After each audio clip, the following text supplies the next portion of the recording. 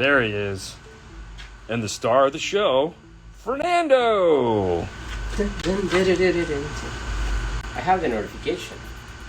Yeah? Right there. I mean, it's because you have all your notifications. Dude, did you hear about the Apple Watch thing going on right now? Like, you can't buy an Ultra or a 9. What? Some copyright crap that they have with the oxygen sensor in there. My doctor told me yesterday when I went to see him, because he's like, oh, you got an Ultra? I was like, yeah. It's like, yeah, I got a gift card to get one, but I can't buy one right now. I was like, oh, crap. And, of course, Haley knew right away. It's really weird. I was like, wow, that is strange. Hey, guys, can't stay long on my way to a chest pain call. Ooh. Oh, I'm sorry, man. Yeah, go check that out. Yeah, definitely. Yeah. Hey, it's Iowa Mike. What's up? Mike? Mike from Iowa. You need to come over here and give us another... Oh, need an adjustment? Another crack. Oh, yeah. Yeah. It's just not the same. He does... Oh, man. I will say... It's one time I don't mind being touched by a man. He's good. He's real good. He's like, relax. Well, it's the doctor part that really makes things. Stereo like, Steve! Relax. But then after that, it's like, oh. Yeah. Dude, baby. Feel frisky. Yeah. What's up, Danny? Merry Christmas. How's everything? From Chicago? Yeah. From Chicago? Yeah. Nope, from Michigan. What's up, fellas? Hey, guys. I just want to tell you that I entered Morel's giveaway and won the speakers. Oh, thanks, y'all. Congratulations, No man. doubt. That's fantastic. What I'm telling you. You guys gotta get to it. Yeah, you know? Very nice. Like, this show is brought to you by MorelHiFi.com. This is the people. They give a lot of stuff. The joys of life. Right there. They make dreams come true. Actually, all right, so this is what I need. I need $1 million, so please, MorelHiFi.com. We're not charging that much. Oh, okay, never mind. So, hold on. So, Morel, brought to you by Morel, MorelHiFi.com, Morel-America. Why do you have your eyebrow up? Like this? Yeah. I'm doing my Spock. Okay. You don't do a Spock? Dude, I practice for, like... You can do that one, which is the concerned eyebrow. All right. But this is the Spock. Okay. Or the Rock. I think that was the Rock. Well, Spock did it long before the Rock, but either way, sure. I taught myself to do that. Yeah, got a lot of free time. Anyways, now it's when yeah, it will be because my glasses aren't down. You don't really see it much when I have my glasses down. That's right. Because it's anyways. When I went on a cruise, yes, I did something that I'll probably never do again. Did you hang out to the side and say like, "Can you trust me?" No, I did that. Oh. But I did that by myself. Oh, okay. Because I trust myself. Anyways, I got a massage and all that, and it says occupation. Okay. So I put maker of dreams. Oh. You know, very like you know what the show you watched yesterday. Game of Thrones. Very Game of Thrones. Yeah. You know, maker of dreams. So that was what I put down as occupation. Yeah. So. I watch Game of Thrones again. I know. Do you know if the Ford Sync backup camera has connection issues? Some days it works, some days it stays. Yes it does. It says contact dealer. Yes, it's probably a bad camera. If it's in the hitch cam, yeah, it's probably because it dropped constantly. But yeah, it's a bad camera for sure. I sound like Marty. The nice thing is that if you have an aftermarket radio, it's easy enough to replace out with another hitch cam camera. If it's out of warranty. If it's a factory radio, it kind of sucks. But, there's Christian. Dude, I just added that time some cool non-stereo industry person got to be on 5-Star Show. I don't know what he's talking about. Although I will say, Christian is getting himself so much out there. Even Ada mentioned him on his show the other day. Yeah. And I was like, bro, we got to put a pin in that. That's cool, man. We got to reel him back in. Congrats on the Morel wins. There you go. From Christian himself. That's right. If I call myself doctor, will it make it less weird next time? No. Because the other guy actually is a doctor. But, I mean, don't get me wrong, Jared. I will make the exception for you. Yeah. Wait. And Mike says, I wish I was there right now. It's freaking snowing. All day tomorrow, I believe. You lived here, bro. That's all I gotta say. You moved to Iowa. I mean, you kind of knew what was coming. I'm just saying, you kind of. Oh, and by the way, everyone can now refer to me as Lord. Lower? Why lower? Because I'm a landowner in England, and You just so bought a house? I bought a 5 square foot patch of land. I didn't buy it. Haley got it for me for Christmas, so I got my lordship papers for Christmas, so now I'm officially. You gotta show it. Hey, Lord, I'll take a photo and put it up here. Yesterday I played with Legos. I did something I never do. I had the day off. Haley and I played with Legos all day. So I built a Superstar Destroyer in Rex, and I got her the typewriter for Christmas, the Lego typewriter. So she just finished that up today. Yeah. So it's like, I have so many Legos. It's ridiculous that I need to build. So I was like, you know what? We got a day off. I have a ton of stuff I need to do, but I'm not going to do it.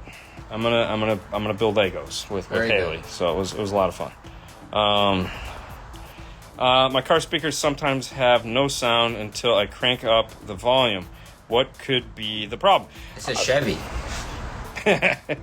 No, the problem is that there's an open coil somewhere. Depending on the car manufacturer, sometimes the magnets are loose, but more than likely there's an open coil, and what is happening is you turn up the voltage, you're arcing the coil back together, and it allows them to play. And as long as there's sound coming and they're moving, they'll bypass that spot. So keep in mind, a speaker is an electromagnet, so if you apply more power to it and it can arc, it will get it moving. So you're basically hot wiring the speaker, you're jumping it, you're getting it kind of like the old-fashioned car we used to crank it. You're doing the same thing. How old you are, bro? Thanks. But anyways, that's what's happening. You need new speakers. So my car speakers sometimes. Yep. Why did I read that twice? Because I know. Stereo Steve. More game. Yeah, I know. Stereo Steve. Hey, Ford Bronco question. What are you using on non-amplified audio? We either use. That's funny. You should ask.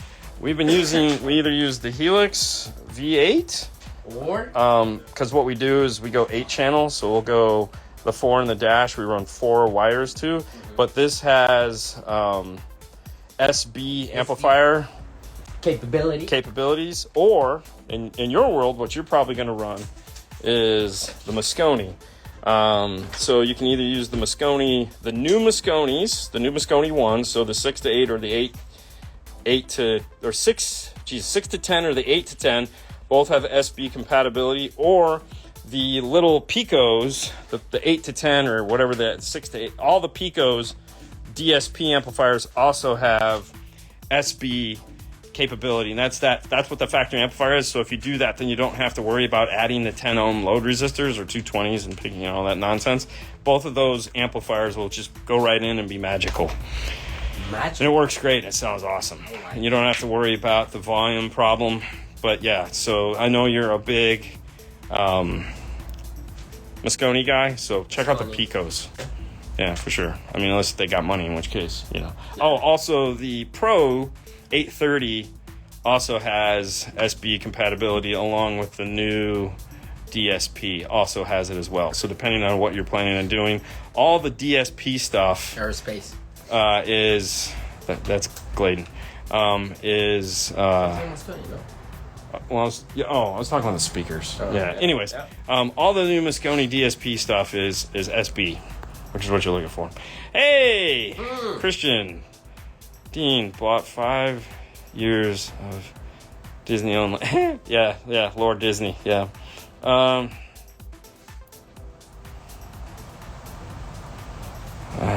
To send signal to amplifier, not speakers, if that makes sense.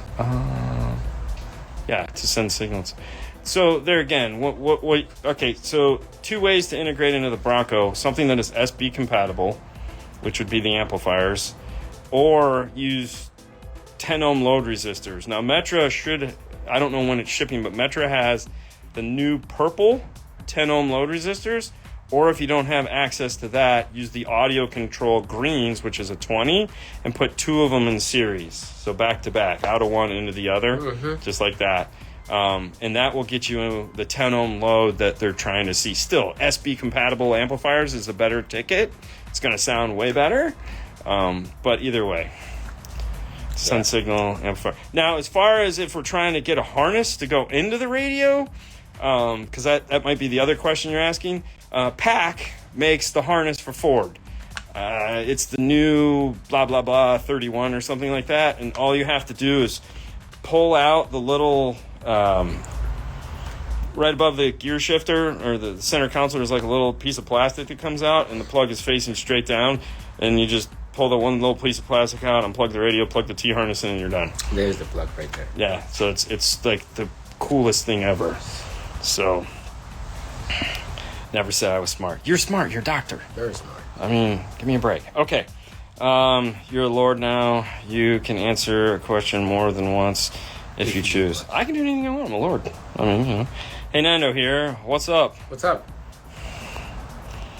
I'm using a Blackbird. I knew he was going to say he's using a Blackbird. So use the 10 ohm, do the 10 ohm load resistor thing on that one, Steve. You'll be fine. We've done that one too.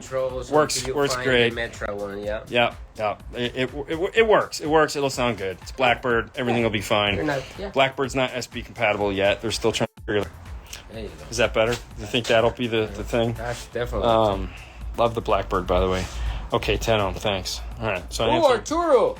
Where? Arturo's there. Oh, there's Arturo. Hey, Arturo. Oh, I got too much phlegm in my throat. Mm-hmm. I'm doing my imitation of Marty right now, apparently. Marty Dean. Oh, you sound Hey, guys. Hey, what's going on? Is it true that it doesn't matter what speaker one uses, it only matters amplifier and tuning to get audiophile sound? No, that's about as fake as it can be. I mean, no, you got it. Okay. Think of it like this. Everything has to match, right? Like, if you have a nice, like if Fernando was standing here, Fernando had on I'm standing here. Had a tie, don't believe me, and a shirt, and a nice pair of slacks, and he was wearing those shoes, the effect would be lost, okay? What? It would, I know. I mean, I can get away with it because I have the cool 5-toe shoes, and they're just exotic, and so people love exotics, right? And except for that bar and nope, or a restaurant. Continue. Yeah. Anyways, so everything kind of has to, in order to design a system that makes sense for everyone involved, everything kind of has to dovetail into one another. I mean, you're not going to buy a prime example. I tell you what, we'll use this truck that we're working on right now as an example. So this is a Toyota Highlander. It's in today.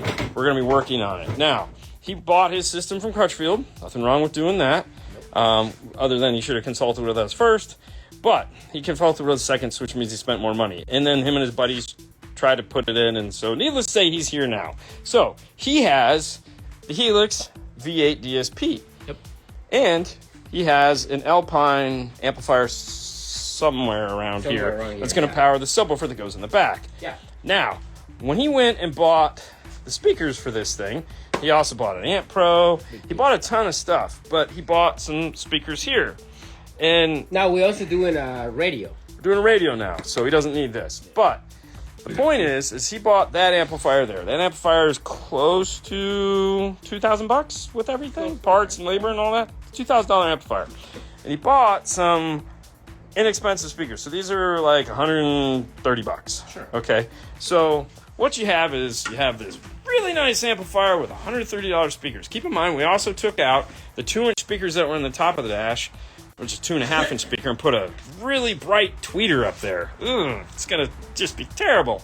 And so now what we have is we're not gonna be able to work with that. Like, all we're gonna have is ticky, ticky, ticky coming from the top of the dash. And we took out a 6x9 and put in a 6.5. We take it out a 6.5 and we put the 6x9. No, but he took out. So he took out a 3.5, put a really bright tweeter, took out a 6x9, and put a 6.5 of a very similar quality to what was in there. So now what we run into is we have a DSP, sure, but at that point we probably could have just left the factory in there and tuned that and been in a better place, other than going with cheap speakers. So it's not like we need $1,000 speakers. We just need the right speakers to go in here. So for this, looking at what we had for budget left over, is we needed to come up with a solution that was going to make sense for him. Sure, we could have put a set of Focal Flax in here or a set of Morel hybrids. Sure. We would have spent another $900, $750 to $900 on speakers, which is in line with what the amplifier will do, but that amplifier isn't a ton of power. Even though it's expensive, it's not a ton of power. So at that point, we'd have been better off maybe going with some Blam stuff or something like that, get some 2-ohm speakers in there. Either way, we said, you know what, we got 8 channels. let's have some fun. Let's do what we know is going to work. So we went with the Kenwood Exelon 6903. So again, not super expensive speakers, but now we can do 4 channels up to the 3.5 that goes in the dash. So you got the 6x9 or the 3.5. So we'll get the 3.5 back up there to give us the mid-range. We're going to go full active. So channels 1 and 2, 3 and 4 will all be going to that little 3.5. Put 6x9s back in the door. So we got that. And then we went with the matching 174 coaxials in the rear. Okay. So full Exelon. We can now use all 8 channels of that amplifier because you can't bridge a Helix. Helix don't allow you to bridge because they're pre-bridged. So there we go. So we have 6 channels up front, 2 channels in the back. Now we can fully DSP everything about this, and we're going to go with a better speaker than what was in there. And so, yeah, back to the question is, it's important, but all pieces have to make sense, okay? So you can't just get, like, and there again, if you go the opposite way, let's say you buy a set of really expensive K2s, and then you try to power them with an amplifier that's really not up to the caliber to do that. It's just not going to work out. So my thought is, and this is what I try to do for our customers, is we try to make everything make sense. So I'm not going to sell you, as much as I'd love to, sell you a Moscone 830 if I'm not going to sell you speakers that are going to be able to deal with the resolution that's going to come out of that. It just doesn't make any sense to me. I'd much rather sell you something maybe like the 1 Series or an Arc Audio or something, or even a Helix. So everything kind of has to dovetail into one another. I have Focal aftermarket speakers. Powered by Focal 5-channel amplifier. Only one of my speakers does it. I checked the speakers, the envelope are correctly, so is not burned coil. I'm wondering if the crossover could be the problem. So somewhere, okay, so there again, somewhere something is open and it's jumping itself closed. So here's what I typically do in this situation, is I make one change and see if it moves. So first thing we need to do is figure out, could be an RCA from the head unit to the amplifier. So what I'm going to do is I'm going to take the RCA that goes into the amplifier, and I'm going to immediately switch it. So right is left, left is right. Okay? That is going to tell me if it's the signal coming from the radio to the amplifier. Maybe just a bad RCA. If the problem stays in that side of the car, then we know it's something past the input signal on the amplifier. So good, I'll put that back to normal. Now what I'll do is I will switch the 2 speaker wires. So I'll take left and put it on right, right and put it on left. If it stays in that speaker, then I know it's something past the output of the amplifier.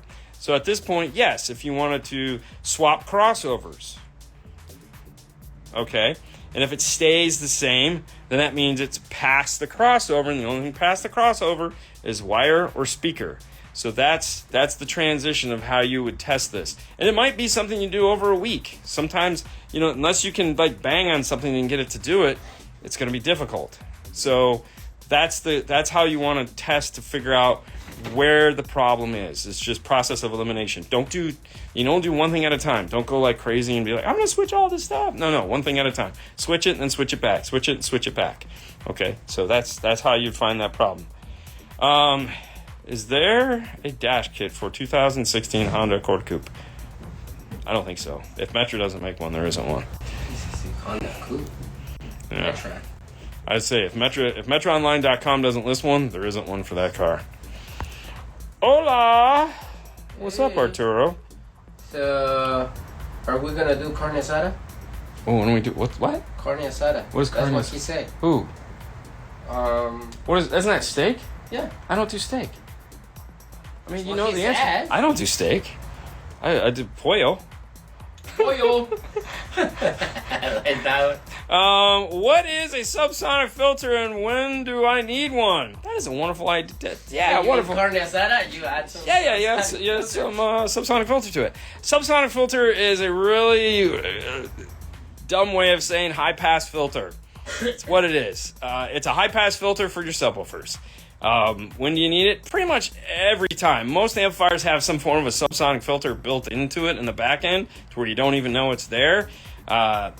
most situations, you're going to be turning it on and put it somewhere between 15 and 20 hertz because there again, it's just a crossover, all right? So it's a high-pass filter. It's not stopping the sound. It's just starting it to roll off because what happens is your amplifier, it also helps the tuning frequency and all this other fun stuff for the subwoofer, but really what it's doing, and this is why most manufacturers just put it in there and don't even bother to tell you, is that they feel like your subwoofer isn't going to be producing sound in those frequencies anyways. So to make the amplifier more efficient, meaning take less power, they'll throw that subsonic filter in there so your amplifier isn't trying to put out 500 watts at 20 hertz knowing that the subwoofer in its enclosure might not be able to reproduce that, so they just naturally roll it off in the amp. But when you have one external, that's telling you, hey, you need to adjust this. So turn it on, use it. Like I said, anywhere between 15 and 20 hertz is a good place. That's usually where we'll dial it in. There is some science behind it. You can get super nerdy on it. I'm not going to get into it because, that usually works for me. Yeah. Dean, Fernando, I rarely do radios. What's a decent Pioneer Mechaless head unit, multimedia head unit in the thread? Bro, I don't know. It's a Pioneer. Dude, Pioneer, Sony, JVC, go to town, but not that town. Pioneer. I honestly have no idea. 2 10-inch ground zero SQX or Morel Primo subs, 0.9. Ooh, ran off an Alpine A90V. Currently have one W3 and looking for something different. Ooh, that W3 is nice. Well, yeah. I mean, I would just buy a second W3, but I'm guessing you want something different, want to change the ohm load. So SQXs, I'm guessing those are the shallow mounts. I don't know, I guess. I think they are. I think if those are the shallow mounts, you probably want to do those over the Primos. Because the Primos will probably work in that amount of area. I don't know. I mean, we did Haley's. That was a ported box though. Yeah, we didn't do a sealed box. Right. Yeah, I don't know. I don't know how the Primos would sound in a sealed box. Of course, Crutchfield didn't say they would fit. I get the joke. Which frequencies do you boost most to warm in a 3-way active system? 200. I usually cut all those, so no boost. I don't typically boost anything. I remove the frequencies around those frequencies, and that'll make that frequency louder. So, cutting frequencies around those frequencies will do the same thing. Hey, Fernando. Hey. Thank you, Lord Dean. See, it's cool. Up the river and down the river. What's up, Lance? Lord Dean, I think it's going to stick. Get some El Pastor. El Pastor, man, I love it. What is El Pastor? It's pork. Oh, pork. Yeah, I can do that. Pork with pineapple. Dude, somebody doesn't know I don't eat steak. Really? Bro, I haven't eaten steak for like 16 years. A long freaking time. Yeah, I don't eat red meat. I know, it's crazy, right? Yeah, I don't drink coffee either. It's crazy. Listen, I'm the most boring guy you'll ever meet when it comes to recreational creativity as far as ingesting things. For some freaking reason, you are the last one to go to bed, and I enjoy watching everybody else be crazy, but I don't drink, I don't do drugs, I don't drink coffee, I don't eat red meat. I have a very boring existence, trust me. That's crazy. What's your thought on the Zapco? So, I don't have great experience with Zapco like everybody else. It's like, Zapco is amazing. We had one of their pieces sent to us, the DSP. They just changed the whole line. I think they changed the whole line since we've had experience with them, so I don't know enough about them to say good or bad. Right. Yeah, I wish I could. I mean, they made some really pretty stuff, like the copper stuff, the black and copper stuff looked phenomenal, but I don't know enough about it. And I joined the wrong time on how to set up subsonic filters on my amp. No, just like I said, put it between 15 and 20, you're all set. Or explanation of it. Oh, you missed it? Dang. Hey, Paul. Paul's car got towed away today. What's your opinion on the Dayton audio speakers? Any good? I've played with some of the Dayton speakers before and had some really good experience with some of their little tiny, like they make those miniature subwoofers. I bought a couple of those and played with them. They were really fun. I've never bought like a component set and listened to it. Even the little 4s that we got when we bought these, we just took them out. We never actually played them to see how they sound. I'm assuming they're way better than their DSPs. I would have no problem listening to them. I think it'd be fine. Yeah. I'm not supposed to eat red meat. Yeah, here I am. I don't miss it. I was never a big fan. I don't drink either. Much more enjoyable to watch others have fun. Yeah, you know, and you always get stuck driving home, so it makes things, you know. Monterrey, Mexico. Monterrey. Any place in Cali for audio tune? Would you recommend that shop? I went and did bad job for type of system I have. So I don't know where you're at in California. It's a really big state. State, not steak. Yeah. Audio Systems. Audio Systems Has what's he go by? Junior. No, the tuner. Oh, Jack Deal. Thank you, Yak Deal. The tuner. The tuner. And then if you're anywhere near Agora. No, I was gonna say Brian Mitchell. Brian Mitchell lives in Modesto. If you're anywhere near Modesto, check out look for Liquid Trends. That's Brian's place. Probably gonna get here from probably in 2025, but no, tuning the car really isn't that bad. But either way, if you want, you actually have in your state the award-winning Brian Mitchell with the amazing sounding Cadillac, right there. So I mean, you have one of the best tuners in the world living in your state, but it's a big state, so yeah, I love steak.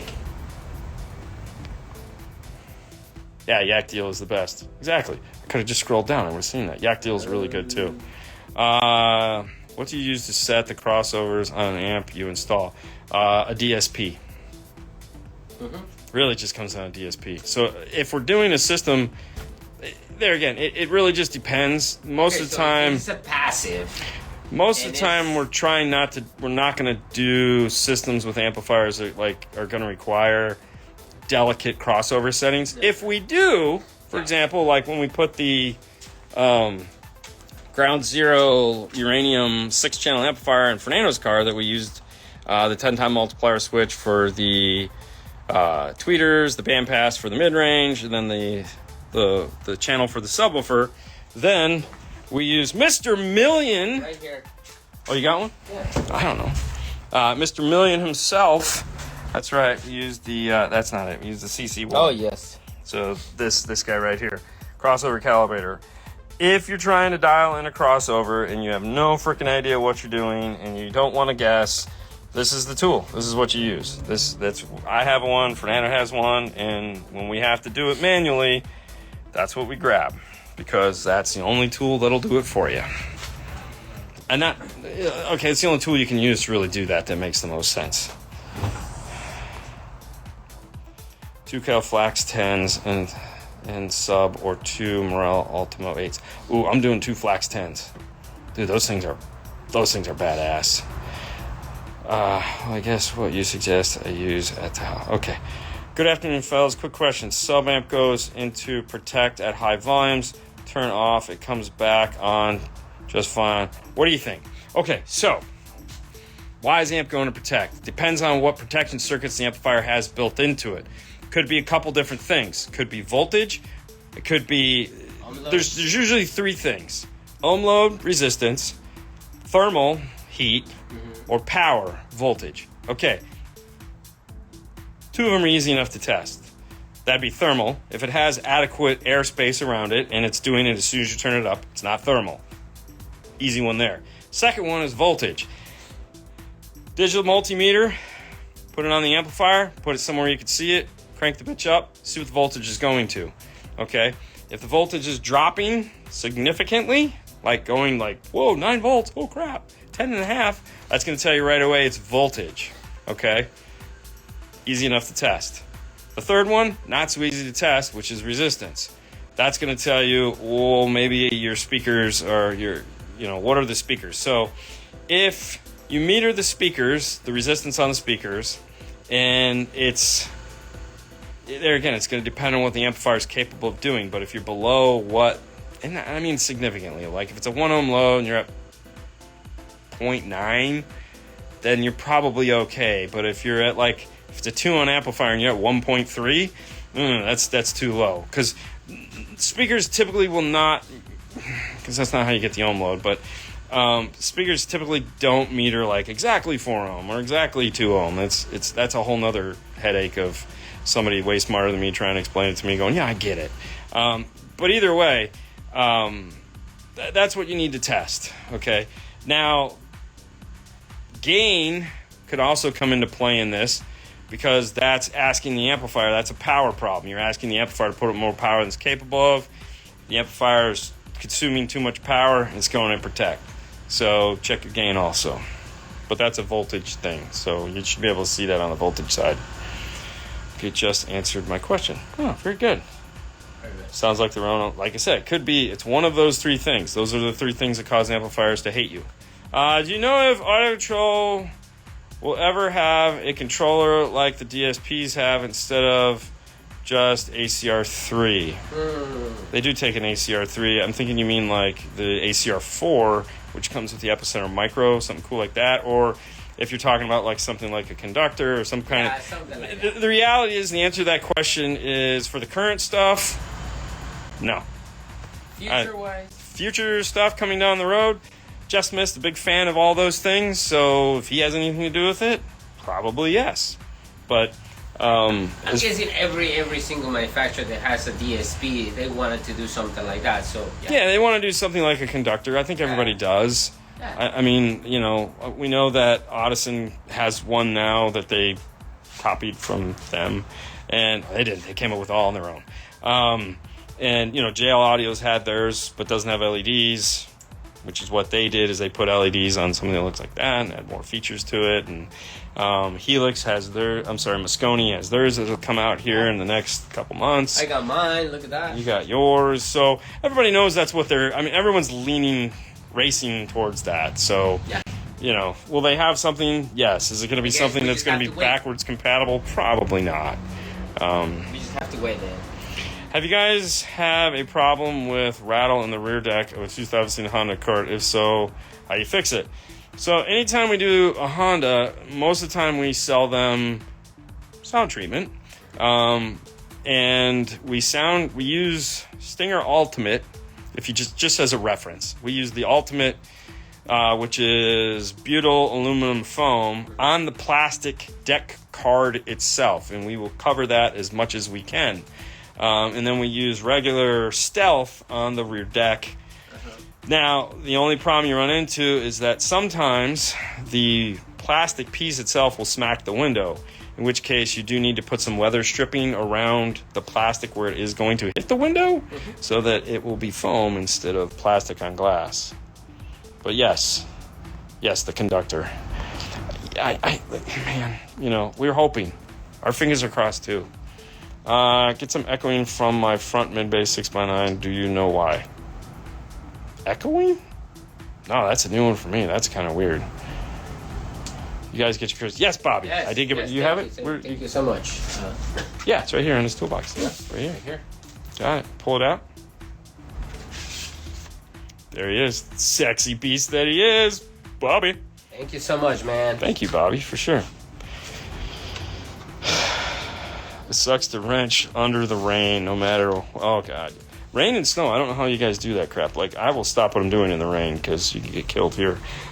Super Forester with Harman, Kenwood 6902s, or Focal Integration 6x9 component set. All right, so the simplest question, all right, here's what you have to ask yourself with that is, what do you really want the new speakers to do, okay?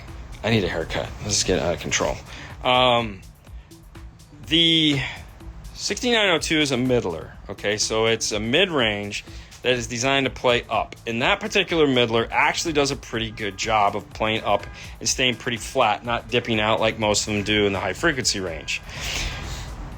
If you're just looking for a better sound, but you're cool with the sharpness that your car currently has, then the 6902s are a good fit.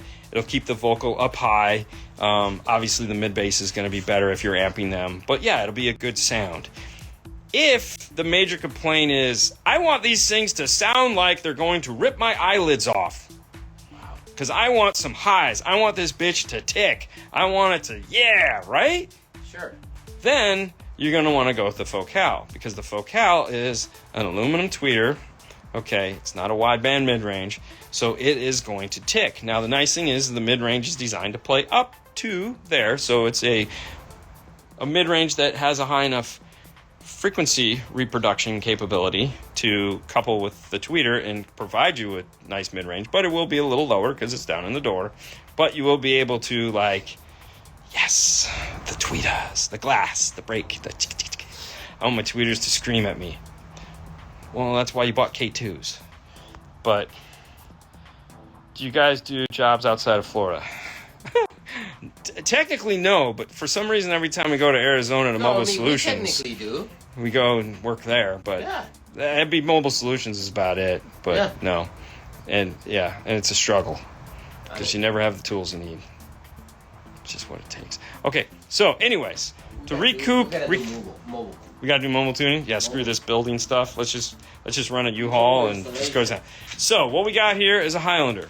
What we're gonna be doing to it today and tomorrow is we're going to be putting in this Helix 8-channel that is going to be running full active. So 4 channels are going to go up to the dash to run the Kenwood 6903s full active. Then we're going to be powering 2 of the channels to the mid bass here in the doors, the 6x9s. We're going with the Kenwood 174s. We're putting an Alpine 507 in the dash. That is going to power up to the amplifier. The V8 is going to go here. The Alpine sub-amp is going to go here. Okay, we're going to run 2 power wires, one up that side of the car, one up this side of the car. The RCAs are going to come in. The factory amplifier, and the reason why this is all apart is because the factory amplifier is buried down in here. Totally sucks, has the JBL system. So we'll be pulling, we've already remade the harness. He actually took it apart because they tried to do this on their own and decided like that was a bad idea. So this is the amp, the pack harness here. I have taken it all apart and repinned it so that the wires actually make sense. So the great thing about a harness is it's universal, work in all these cars, but the pins are always going to be different. And it's easy enough to pull it apart and pin it the right way. I just want the harness. I'll fix the rest. So pack harness in there. In the back, we're going to be putting an L7T, and the factory box is going to go back here and sit in this area. This all, of course, is just taken apart right now. There's the Alpine amp we're going to be putting in. We're just test fitting where we wanted these amps to go. We've come up with a unique looking amp rack, which is this guy right here. As you can see, it's a little bit weird. There's actually a slit right here. This sits up, so the air vent will be able to pass up underneath this and still actually function. But these is for the seats. And then there's a giant opening in the car for all the wiring to go through. That's why this is indented, so we'll see that tomorrow. We'll see how that fits into the car. But that's it. That's what we got. That's what's happening here in the install bay on this beautiful Wednesday. That's right, guys. So don't forget, this show is brought to you by MorelHiFi.com. Don't forget to check them out. And here on Instagram, Morel_America. This is the place that you can get entered to all these giveaways that they do. So. You know, it's funny too. The one thing that most people forget about when they're talking about Toyotas is Morel actually makes a set of 6x9 components. Yes. And big mid bass. Yeah. But the tweeters, the thing about Morel is that their tweeters actually play extremely low. Yeah, they do. So when you're trying to get a tweeter sound but also keep some of that mid-range feel in the Toyotas, the Morel is a badass solution for that. I forgot to mention that. They make an 8 too. Oh, they do. That's right. They also make an 8, which would actually fit easier. Oh my gosh, yeah. You could do the Morel 8s. It's an 8 and tweet. You know what is my favorite? No. My favorite is the hybrids. Because you have a set and they're awesome. Because I have a set. Yeah. Hybrids. Check them out. Yeah, well, that's what we did in the Forerunner last week. Yeah. Morel hybrids. All right, guys. That's it. Have a great day. Bye, guys. Bye. This is the most busy you guys will see him. I'm just pretending, you know? I mean, you know. Every time the camera hits, it's like, oh, shoot. Gotta look busy. Doing something. Okay. But now they don't. They're gonna fire me. I don't want that. All right, so the Highlander is in day 2, and this will be the final day of installation. It's 4 o'clock right now, our time. We get out of here at 6. He's finishing up. Hey guys, what's up, Mike? Still freaking snowing. Still raining. Danny. Anyways, so this will be the final day of installation on this. More than likely what's going to happen is we'll get it plugged into the laptop and just verify, and then we'll come in and tune it tomorrow. So he's finishing up the fuse holders. So right now we can't do anything. So at this point, it's me just checking everything else that I can get done with that happening. So we'll kind of go through what everything is and how it went today. So yesterday we talked about the speakers, the 6903s, mid-bass 6x9 goes in the door here. The C3s go up in the top of the dash, Kenwood Exelons. We're bi-amping those, so we're running 4 channels to the dash, 2 here, 2 there. That's channels 1 through 4. Channels 5 and 6, 7, 8 out of the rear doors, which is a set of 174s, I want to say. Anyway, 6.5-inch coaxial Exelons. Underneath the seat, providing us with the 8 channels of audio, is the Helix V8 DSP. So there again, 1 through 4 there, and then the other 4 there. We're running 6-channel input, 2-channel output. This has a remote out and remote in, so remote in comes in, remote out goes off. This is 1/4-inch blown PVC into the car, 2 back pieces, holds this down in place. Ground point for this is here in the kick at the factory point. Power wire goes in through the firewall on this side, and the factory amplifier is located right here. He had already taken this apart because they were trying to do it themselves. They had the pack audio T-harness, so we lengthened that, repinned it. We showed you repinning it yesterday, and no more relays. Exactly. And also the inputs on the amplifiers are really sensitive, so you don't need like what you needed before. So you can almost breathe on an amplifier and turn it on now. So, oh my gosh, it's Phantom Chris. So anyways, this is going off, plugs in there. The 2 dash speaker wires run up into here. So they're the extra set of wires, they're attached here behind the radio. 507 in the dash, Alpine. We just got done updating that. If you've got a 507, a 509, or a 511, please, for the love of God, check your software on it. If it does not say 5.0, update it, because the 5.0 software update on this is incredible. It actually is, this is a viable radio now, thanks to the 5.0 software. So that's a ILX 507, which is a 7-inch, a 509, which is a 9-inch, a 511, which is 11-inch. Do the software update. Make sure it's on 5.0 software. It's very important. We just got done updating this one. It takes about 20 minutes to a half hour to do the software update because it's a total rewrite. All right, so that's that. In the back, he's going with the L7 wedge box with the grill. So I just got done putting the grill on. We have our finished cable that comes out and attaches to this so that he can move it around all across the back here. 6.5s. And then underneath the driver's seat is the Alpine sub-amp that we're using to power the system. So the RCA comes across here and attaches into this. So this will be the bass side of things. So basically we got 9 channels of audio happening in this vehicle. Where did you end up grounding this one? Under the seat, right there. Seat bolt. I mean, you can see it right there. Oh yeah, there you go. Right. Seat bolt. Okay, so grounded it there. Posi ground. And so back to the front here where he is finishing up the power fuse distribution. For the power side, on this side, we did go through this side of the car, so we got one wire coming from over here, which you can see along this route, and then the other one comes from back in this area. I don't recommend it. Don't recommend it. Totally don't recommend that. That was a pain in the ass. Definitely stick to this side. Way easier to deal with. You can get your hand up and there's a giant grommet. It's so much easier. to deal with this side of the car than it is that side of the car.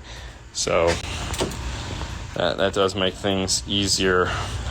One of the reasons I didn't miss living in Missouri, the snow. Yeah, oh no, I agree. That's why I don't miss Michigan. But yeah, so here we go. Here's our snow. We actually have kind of gray sky happening right now. It wants to be blue. You can see where the blue is just fighting to come out. It was blue maybe an hour ago. I went for a walk. I had to go pick up some windshield wipers for the girls. Yeah. Anyways, that's the weather here. If I'm keeping my factory head unit, do I need to buy any of the iData Maestros for the Toyota 2023 Tacoma? And what speakers do you recommend for the dash? Just bought SPL show for the front and rears. If the Tacoma... Okay, so there's a lot of ways to answer this. There's no quick and easy thing. If you need the T-harness to integrate into it, PAC makes the T-harness. You go pac-audio.com, find the T-harness. If you're just putting straight power into the car, meaning you're not doing DSP, you're not doing anything like that, you're just doing straight power, then just buy some nice amplifiers that have good high-level to low-level capabilities built into them. If you're doing DSP, that's where it becomes more exciting. Now, as far as whether you need an RR or non-RR, that's going to depend on whether it's a JBL system or non-JBL system. This has a JBL system in it. So because it has a JBL system in it, if we wanted to keep the factory radio and integrate into it, we have two choices. We have this guy right here, which is the PAC Amp Pro, which is AP4TY12. Or we have the iData version of this that would go into either an Arc Audio PSM Pro or a Rockford 360 or an Arc Audio Blackbird. So that's where that comes in. If all you're doing is basic Toyota Tacoma and we're going to just put some amps in it, make it loud, just get a good amp with a good high level to low level. If the amps if you're questioning the amps and their capabilities is whether if they have good high level to low level, obviously you could pick up the audio control LC5i, LC7i, LC2i Pro. There's a ton of those that you could choose from, or get a DSP that has that. Now, if you're going to go DSP, that's where things get interesting because you have to be able to correct for the Toyota signal that's coming out. It's not a great signal to start as a base.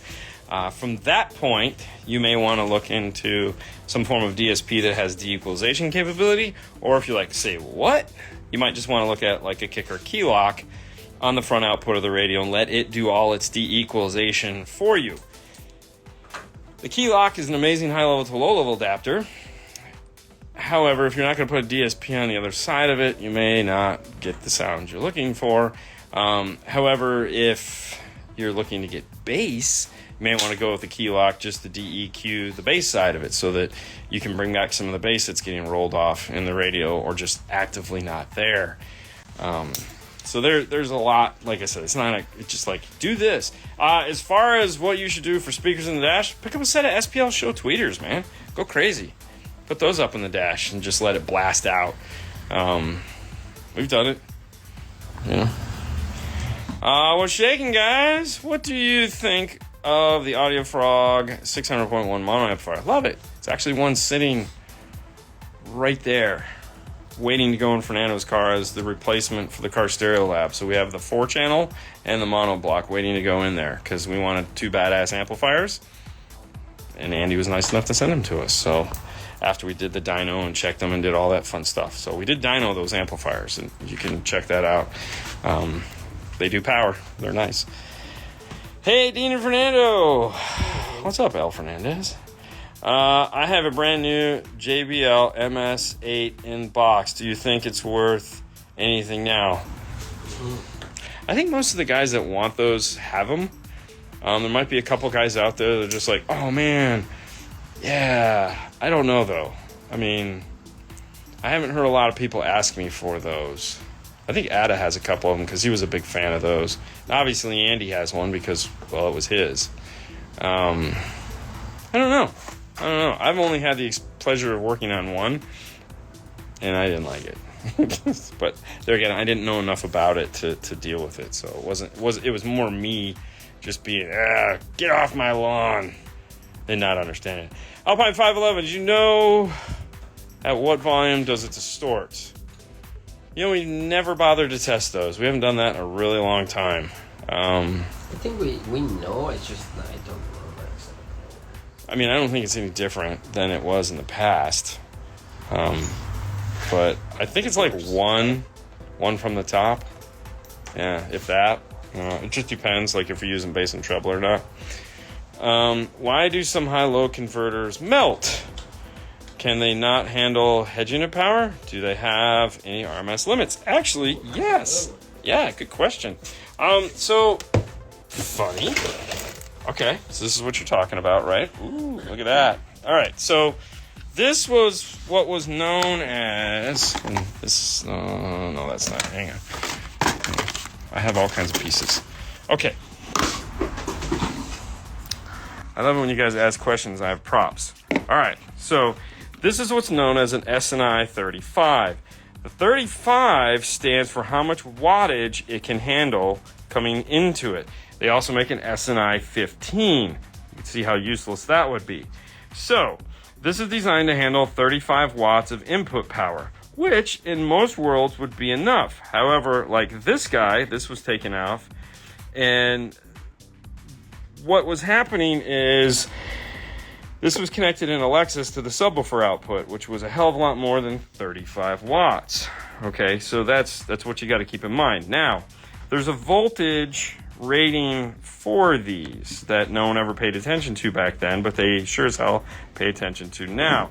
So in the owner's manual of the amplifier, it should tell you the input voltage that it can take in. And that is important. So most amplifiers now can take anywhere between 8 and 10 volts of input. And how you can check for that is actually really simple. If you have a digital multimeter, which I know you do, take it, connect it to the output, the speaker output, left and right speaker, or positive negative speaker, and play a test tone, a 0 dB test tone. If you're doing subwoofer side of things, play a 40 hertz test tone or 50 hertz or 60 hertz. Pick one. If you're doing a highs output, try something like 1,000 hertz, 5,000 hertz, 500 hertz, somewhere in that range. Play a plethora. For one, it'll show you the EQ band. But see what that output voltage is at those specific frequencies, or somewhere in that range. And that'll tell you, hey, can my high level to low level adapter handle that? Now, I'm going to go into this the Helix amplifier we have here, because it has input sensitivity. All right, so here we go. So we're going to check this. And where it says right here, input sensitivity, RCAs, it says 4 to 8 volts, which is good. And then if we come down here, it says high level, it says 16 or max 32 volts. So this can take up to 16 volts, which is a pretty good amount of power, with a max of 32 volts. So that's like, boom, like a quick hit, because it's not going to sit there and stay. Music is dynamic, so it's going to move up and down. So basically, this can work in pretty much every high level to low level situation you're going to run into in a modern vehicle and also an older vehicle. That this is capable of dealing with it. You wouldn't need an external high level to low level for this. Now, most DSPs can take, again, you have to check, can take up to 20 volts of input. Some can take 40 volts of input, which is like that. And so that's what you would need. So the reason why this happens is because inside of is a load resistor. So these are resistors. These are the same style load resistors that we use when we do... Oh, you know what? I just moved them. Crap. This right here. So underneath this shrink wrap, this is a load resistor. And this is what we put on a factory radio to tell it still has a speaker connected. This is the LGG green, also known as the 20. So these square shapes right here are the same as these.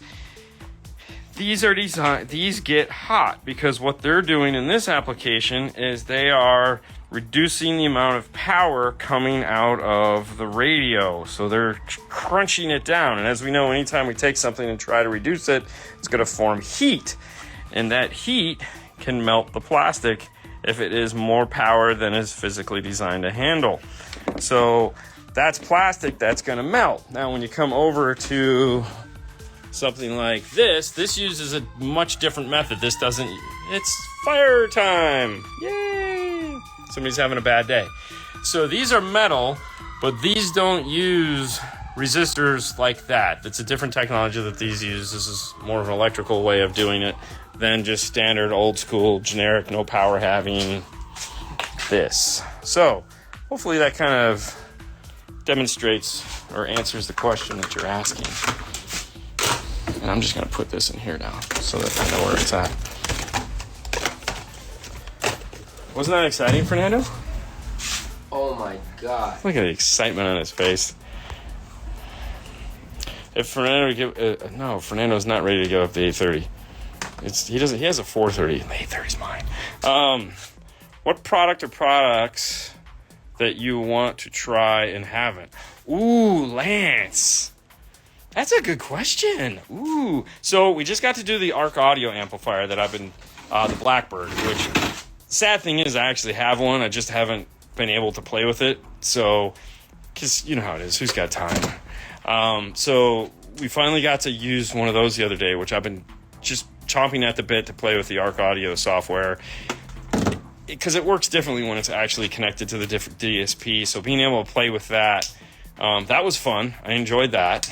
Nothing like the stress of learning a new DSP software now.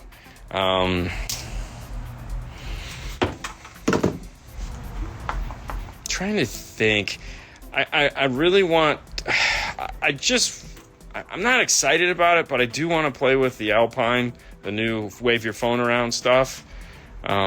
Just because it almost seems too good to be true, so I just want to try it. Just, we had such great success with the key, so I think that would be fun.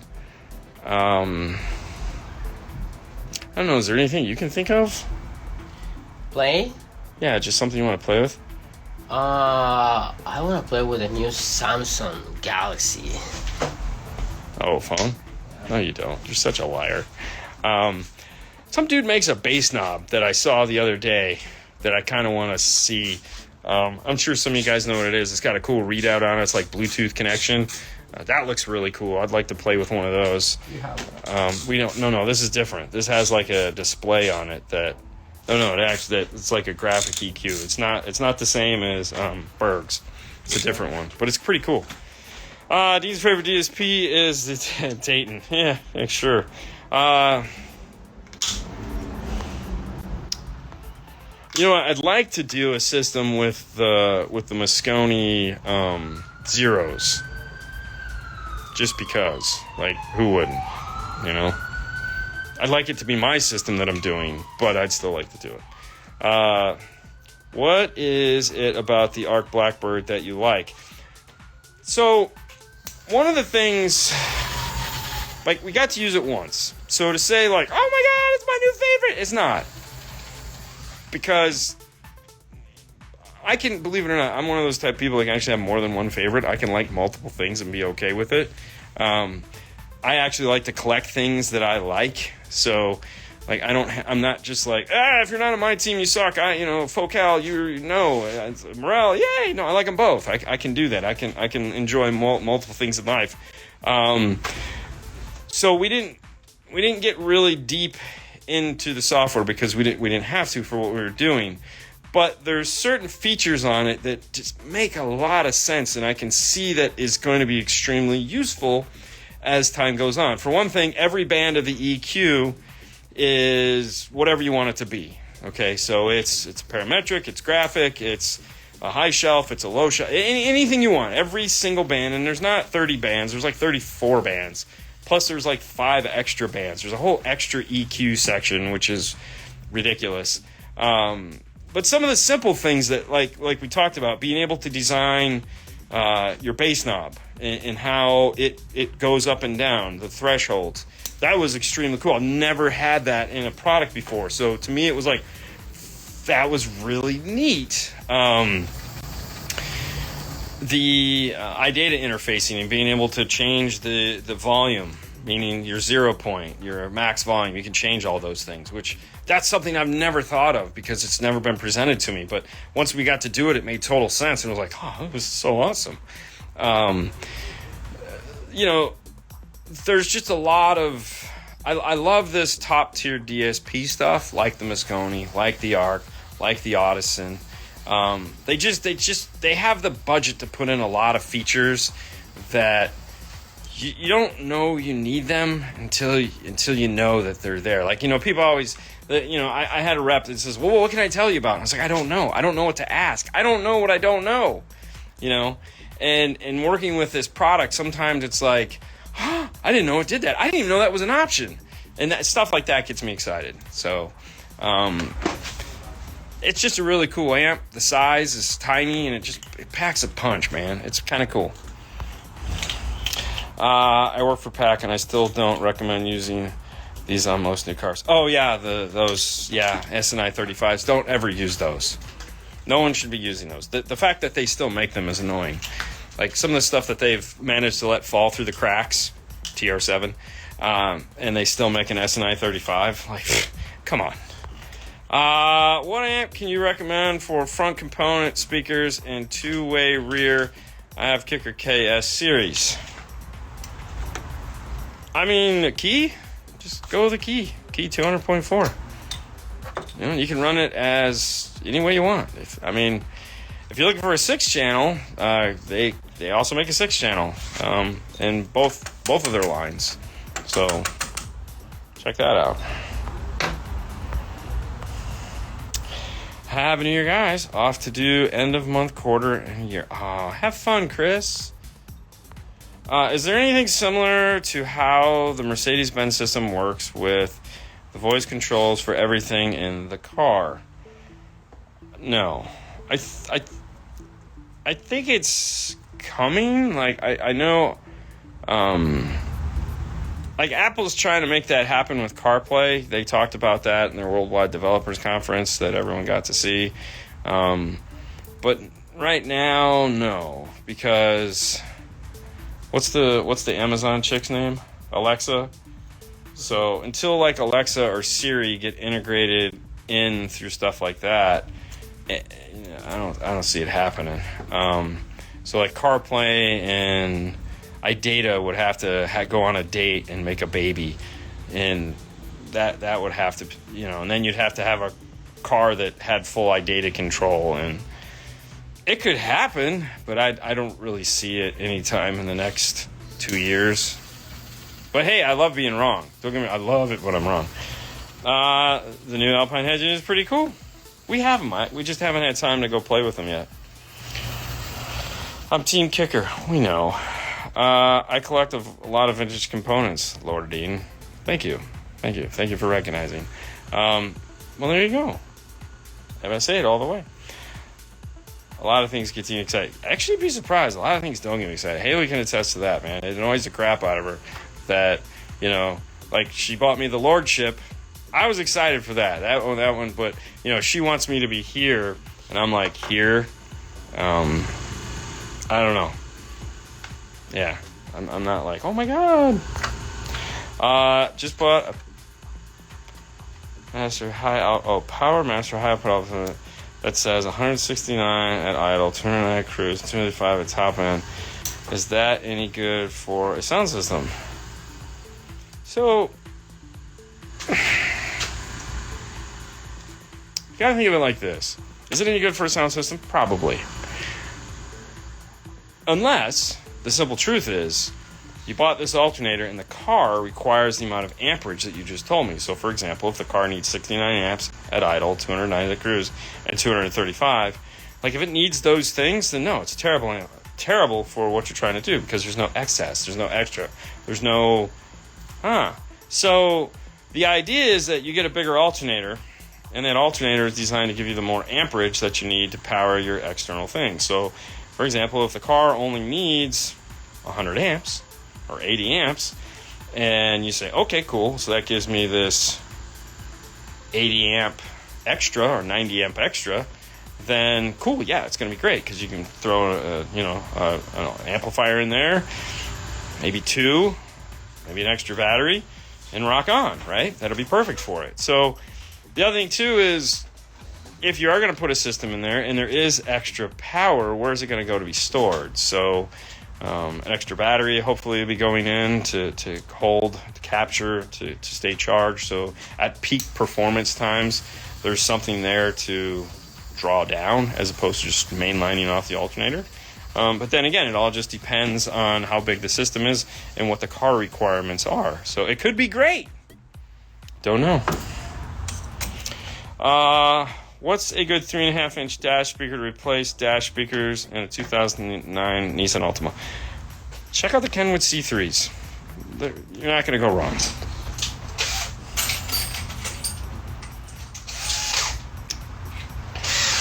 You guys closed for New Year's? Yes. Yeah, we're going to be... because New Year's Eve is what? Sunday? So Monday, Fernando needs to night you, and then you will be with Elton John. Yes, Sir Elton John. Yes. Richie Gervais? What's his name? The comedian? British dude? Oh, God. He just can't... Sure. Yeah. You watch Netflix. I don't have it. Anyways, yeah, he was talking about Elton John this weekend. I'm going to watch his new show. Fernando. Yes. Neck looks freshly cut. Does he cut his own hair? Hell no. Bro, he pays his homies to do that. Yeah. Man, he comes in. You got it what? Cut like the day before Christmas. Yeah. I need to get mine cut. You should. I know. Hi, Lord Dean. What is the best CD head unit for my 2017 Mustang GT Premium that you tuned for me back in May? I know I'm old school because I'm old and like using CDs. Okay, do we want a screen with a CD player, or are we just looking like for a CD player? Because, I mean, any screen that has a DVD player is a great CD player. If we can do I think we still have some of the 9 Series Kenwoods that have CD DVD built into them. That would be cool. Otherwise, yeah, just get the best DVD player you can. We'll have an awesome CD player. So, excellent all the way. Uncle Bobby B. Jeffrey Smith. Do capacitors really work so that my lights don't dim, or is there an alternative? There's got to be a better alternative. Yeah, batteries. You need batteries. Batteries and power. A capacitor... they've been... 4 of them. What's that? Buy 4 of them. Or a super capacitor. They've been saying that since I started in car audio, that capacitors, and maybe back then they might have, but they didn't. Capacitors, yeah, not very good ones. Most of them are crap. Listen, when it comes to capacitors, I think it's the biggest waste of money ever. We used to put tons and tons of those things in. I just call them spray paint can. Voltmeter is attached to spray paint cans. They're trash. Pick up a small battery. There's Metra just came out with a bunch of small lithium batteries. If you're not into going like full DIY, if you'd like something a little bit more like commercial, something like that probably better.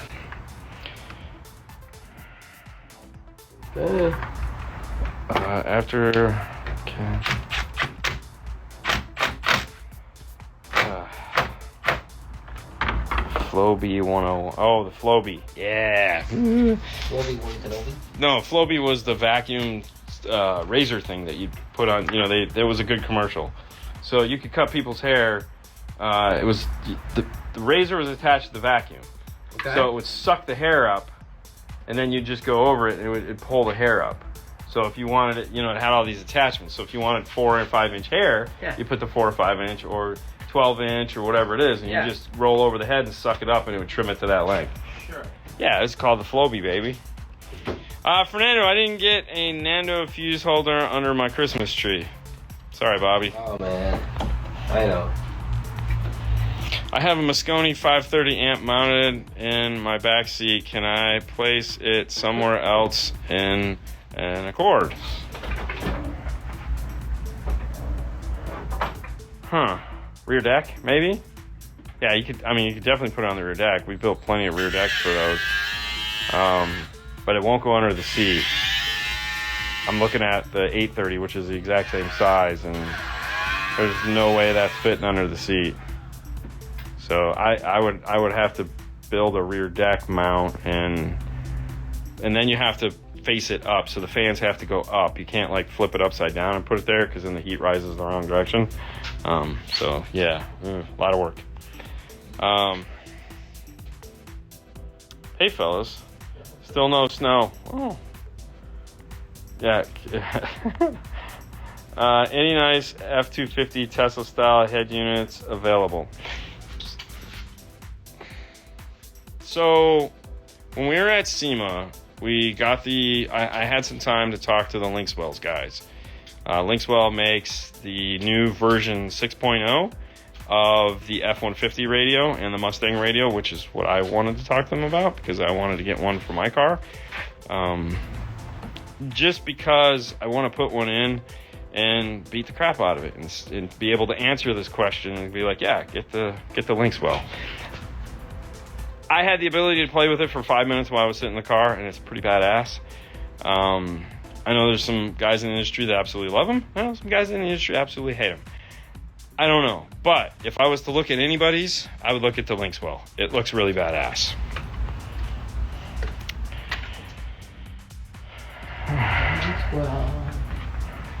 It would work with the Dyson. I don't see why not. How many amps can you connect to one remote wire and can cause power drain when the car is off?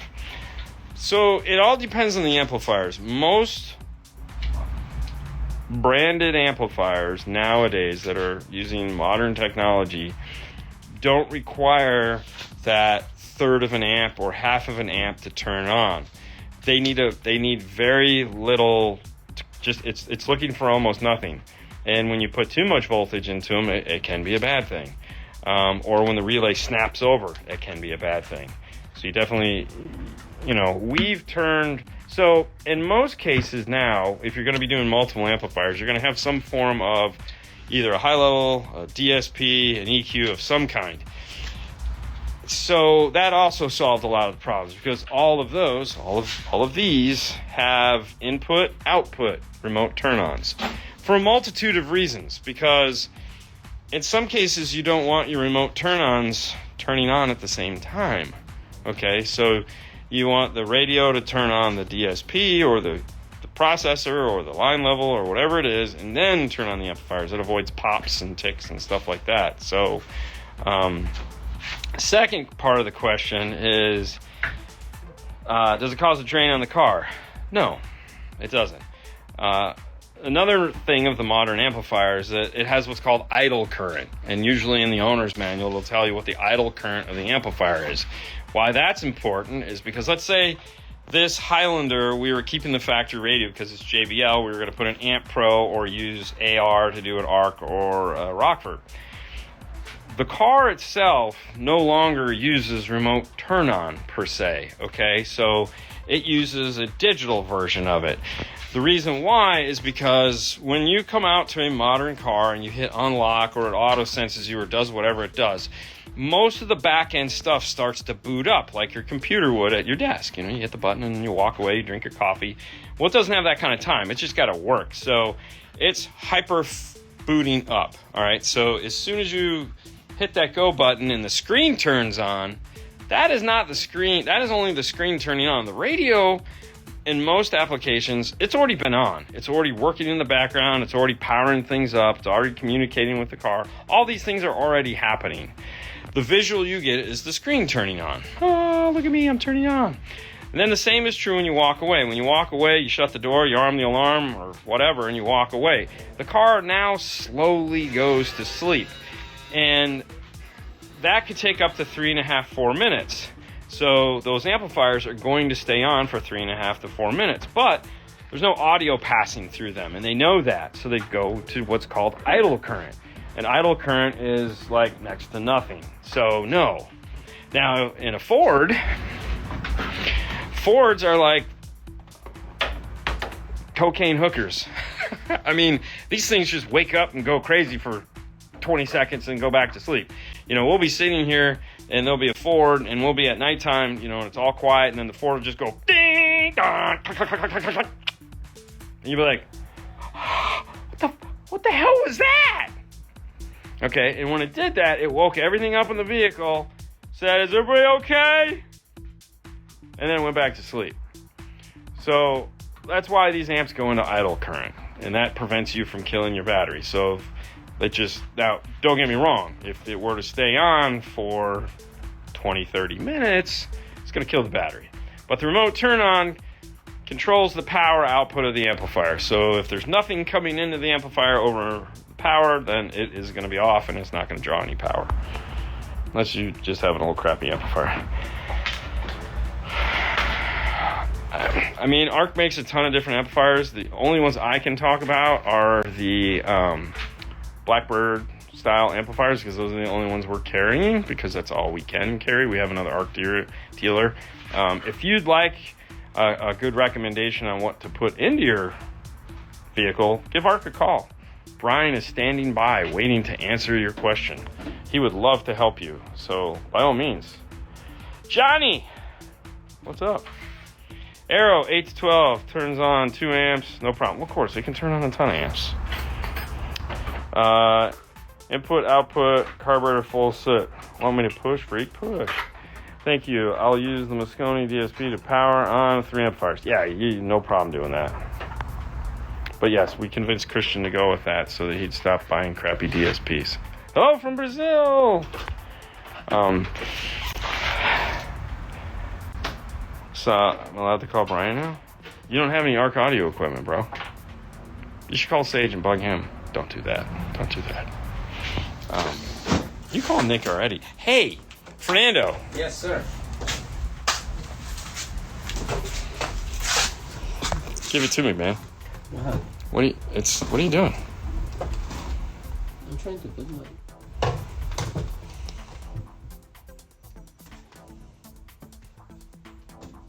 Yeah? That makes sense, right? No. It's that time. Is that time? It's that time. I mean, it's almost. Dude, do your ad. That doesn't work like that. It's just like, it's not natural. It's forced to be like, that's not. Dude, I got a box here that I'm dying to open. Cut Yes. your promo so that we can open the box. It doesn't matter. You can open the box because this show is owned and brought to you by MorelHiFi.com, right? What are your favorite speakers? My favorite speakers, that's the one that they are right there in the top behind the Illusion. They are the Hybrids 3-way set. I can put the 3-way set in my car, but I put the 2-way, right? And they sound amazing. So I would change, that would be probably the only speaker I would change to put in my car. Yeah, you put those back in? Yeah, I would put those back in, yes. Hybrids, Morel Hybrids, they amazing. Check them out, MorelHiFi.com. They have new product. You should check them out. I'm not going to tell you what it is, but they have a brand new product. Do they? They do. Either way. Here, Instagram, Morel_America. Natasha does a lot of giveaways in here, so you don't know if they might get, a giveaway for New Year's Eve, something like that. So check them out, like, share, do whatever you want to do, guys. But thank you so much for being sponsor of the show, MorelHiFi.com. I have a question for you. Oh, I don't know if It says, if you had a Helix DSP because you had a stock head unit, and then you upgraded to a Pioneer, would you keep the Helix DSP? 100%. Like, I would change the radio. You'd put it back to factory? I would put it back to factory. No, that's great. If you have a radio, you're still using your DSP. Totally need to use your DSP. 100%. You need to retune the input side of it. Yes. But other than that, make sure all the EQ on the radio is flat. You know, nothing changes, nothing boosts. And I will say you have to go in and do that on a Pioneer because a Pioneer comes set to powerful. Yeah. Has a lot of internal crap sound. That, and I believe the radio clip is 38. Yeah, it's 38. 38, so yeah. Definitely want to keep. 100%. Keep the DSP. Yes. Get rid of the hard. Just keep the DSP. Yeah, just Bluetooth into the DSP and call it a day, or digital into it. You got a knife? Oh, you got a knife. It's right there. Yes. It's right there. We have a box. What? Okay, we have a box. We have a box. This box is so exciting. Why is it so exciting? Well, You know why? why? Because it has 5K! 5K we have in the box. That's right. Okay. You know, I watch a lot of ads for people that they do. Really? Yeah. I watch no ads. I watched regular TV the other day, and while we were building the Hey Legos. guys, if you go to the website right now, you're gonna win $5,000. No, you're not gonna win nothing. Well, what website? I'm going to that one. No, I was watching regular TV, and oh my gosh, like, talk about, it was either kids, kids with cancer, which just, or dogs, animals. That was every other. That's what you add? That was every other commercial. I have ads for tools, cars. This is on regular TV, not YouTube. YouTube, I get good commercials on regular. This was regular Alright, TV. so I'm just gonna ask them. What do you think is this? Just throw something. Really? Yes. Just tell me something. What do you think is this? Here. I mean, I'm excited. Something? You're excited. I'm excited. I mean, you finally. Yeah, I mean, you called them out on this, man. We're like, dude, where the hell is it? So, anything? Come on, guys. Before I pop the. I think everybody. Oh, hold on. You gotta give them a second, man. I mean, it's like they got it. Christian's gonna love this. Christian, what is it, Christian? A major award. A major Sound award. treatment. Morale shallow. Ooh, I like all these answers, dude. What is it? So, a major award, which I would love a major award. Sound treatment. Morale shallows. I like that one. I do too. Okay, this guy. Come on. What is it? Flea market pyramid 5K. Bro, this ain't Big D. I ain't got none of that. What else? A power 12. Oh, there again, like that. Leg lamp. Oh, leg lamp. That'd be the best. What? The leg lamp from A Christmas Story. Yeah. Yeah. It's a major award. Yes. Yeah. A wig for Dean. Bro, we need a wig for Fernando. Morel Shallow Mount subs. Okay. Gold-plated IRTA2. Man, I love you guys. Ooh, Gately stuff. Ooh. Yeah. Oh, I could do that. A sub. So you guys are guessing all good answers, and that sucks because every one of those is solid. And I want every one that you mentioned. Powered subwoofer. And we got a couple of those already. All right, come on, let's get to it. So, watch it not be what we're thinking it is. Pickleball paddles, says Haley. Oh, gosh. No, come on. We got work to do.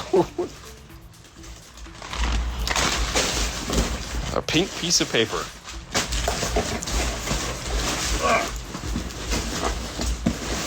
What is it? It's a case. Yeah, it's a case. Anyone? No, bring it over here. Hang on. Well, you can set it on here so that you don't have to do that. Macintosh amplifier. Ooh. I do want one of those for my house. What is it? Come on, guys. It's still a case. I know. I didn't realize it came with an instruction manual. Ready? What's in the box? No, just set it down. We'll go through the whole DMRTA. We got like 6 of those, bro. Man, you're just making a mess. Ooh. Bro, Barney is here. Everybody's gonna get a hug.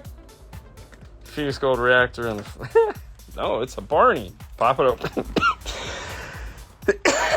There we go. Because we're lonely. Because we need a friend. We do need a friend. Yep. So our Barney finally came. There you go. He goes, I'll be there in 2 hours. Yeah. You're more than welcome to show up in 2 hours. We just won't be here. But yeah, no, we finally got our Barney. I love the case. Love the case. No. Case is cool. Most people are gonna be. Oh no, it's not here. No, it's put away. Although we just put those on sale. Yeah. Even Haley goes, as soon as I saw the box, she knew what it was.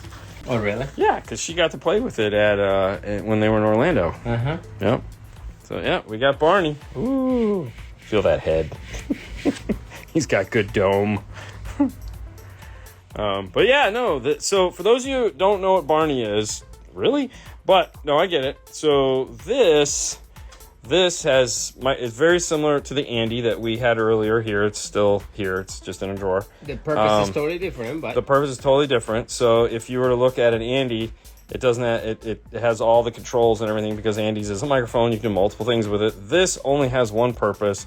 It's the same binaural microphone, but what it's designed to do is through the software, it is designed to interact with this amplifier here, and it does a very lengthy auto tune where it will do some magical stuff. So how does it hook up to the Aero 8 to 12? I don't know, Christian. I don't know, dude. We just got it. Andy has a friend now. Andy does have a friend now. Yeah. So, anyways, we just finally got this in. It's really cool. I've watched it done a bunch of times. So one of the reasons why we got it is so that we can do some Spanish videos on how to use it. So we're pretty excited to finally get it in. So this will be for the Moscone amplifiers. You can still do it normal. You can still do all the fun stuff, but this is designed to speed up the process. Good night. And it can do things that with math that you just can't do in your head. So it's pretty cool. But anyways, finally got our Barney. So pretty excited. We get to play with that probably next week. Start doing some funness. So yay! Yeah. I don't really have a favorite Lil Wayne song. I just love the concept of Lil Wayne. Oh, look at this! Wow! It's more paper in here. You're so stupid. He has the job I've always wanted. I just want to be a hype guy. I want to be like, what? Yeah! Barney! Just that kind of crap while somebody else is talking. I think that would be the best. Just be like, Yes, you can use it with yours. It's designed to work with yours, Christian. Relax. You have the brand new DSP. Of course it'll work. Yes, the 20 Ultima is eggshells. Yes, it's very sucky. I think you may want to check Metro because I think they just came out with a new dash kit that is actually the whole dash piece. So I remember seeing that somewhere.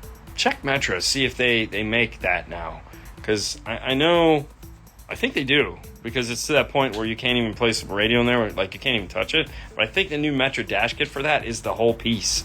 So give that a go. And that's it for today, guys. That's your 5 minutes. We got to get back to work. We got an hour. I need to plug it in. I need to turn it on. I need to have it make some noise so we can tune it tomorrow morning. You guys have a great rest of your day. Fernando. Thank you so much for watching, Where do they need to go? You guys need to go right now, morelhifi.com. Check the new product. Yeah.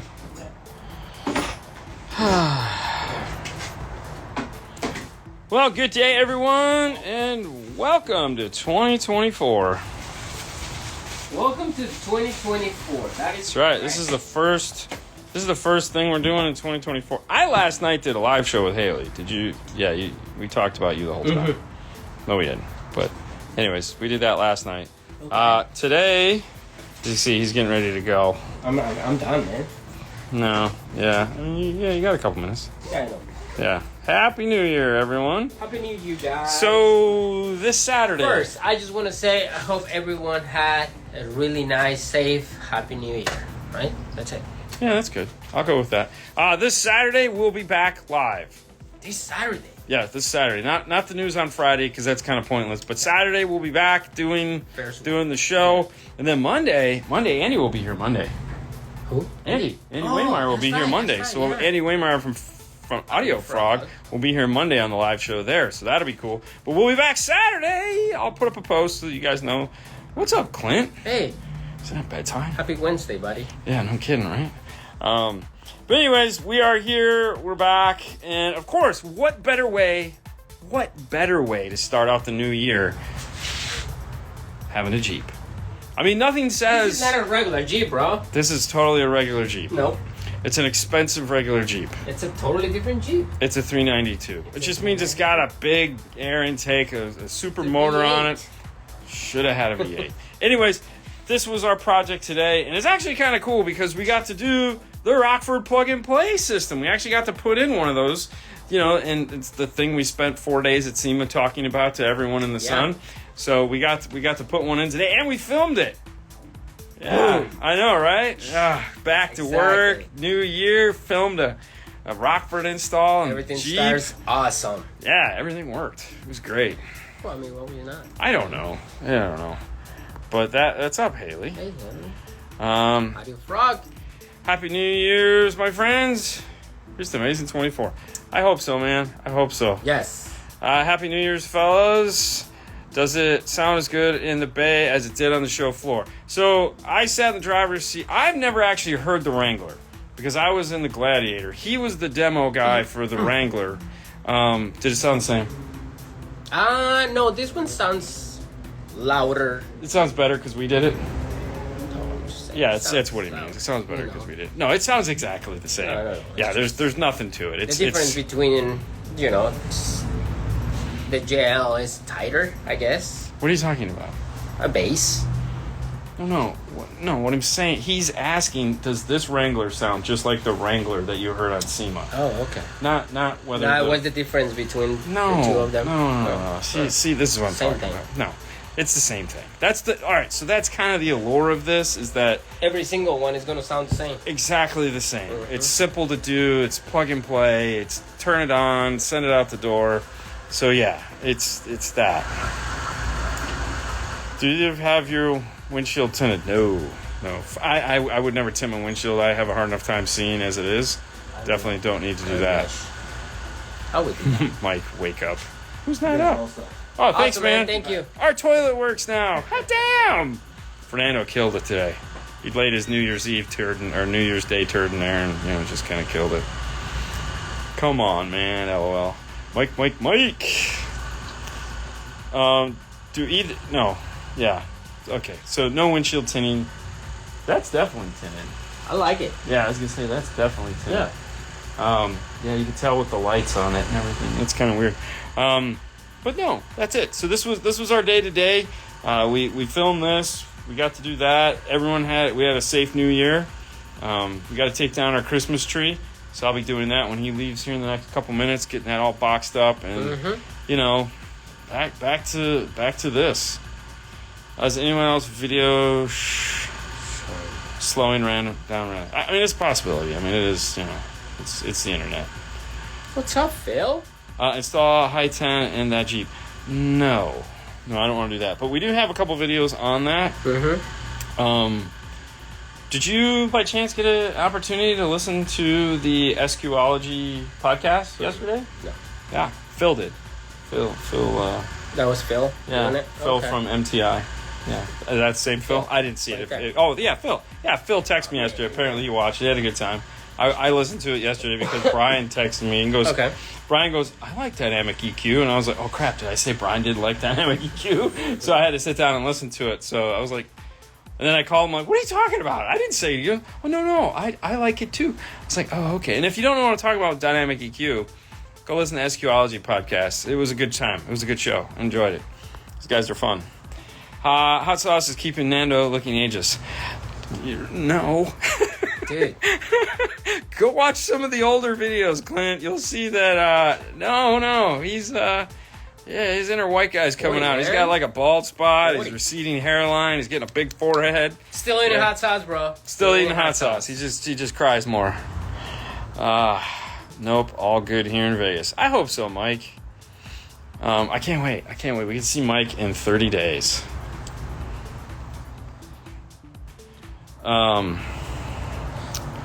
You want me to read it, or you got it? Will it? Okay, so Exactly. will it be fine to run 100 watts over suggested RMS amperage? Should I just stick to the exact or underpower them? Sub in question is a JL Audio TW3. So the question is, obviously, if 100 watts is not enough to do anything to a subwoofer, as long as you have the gain set properly, you have your crossover set properly, and you've listened to it to make sure that it is not doing anything that it can't do, then you're fine.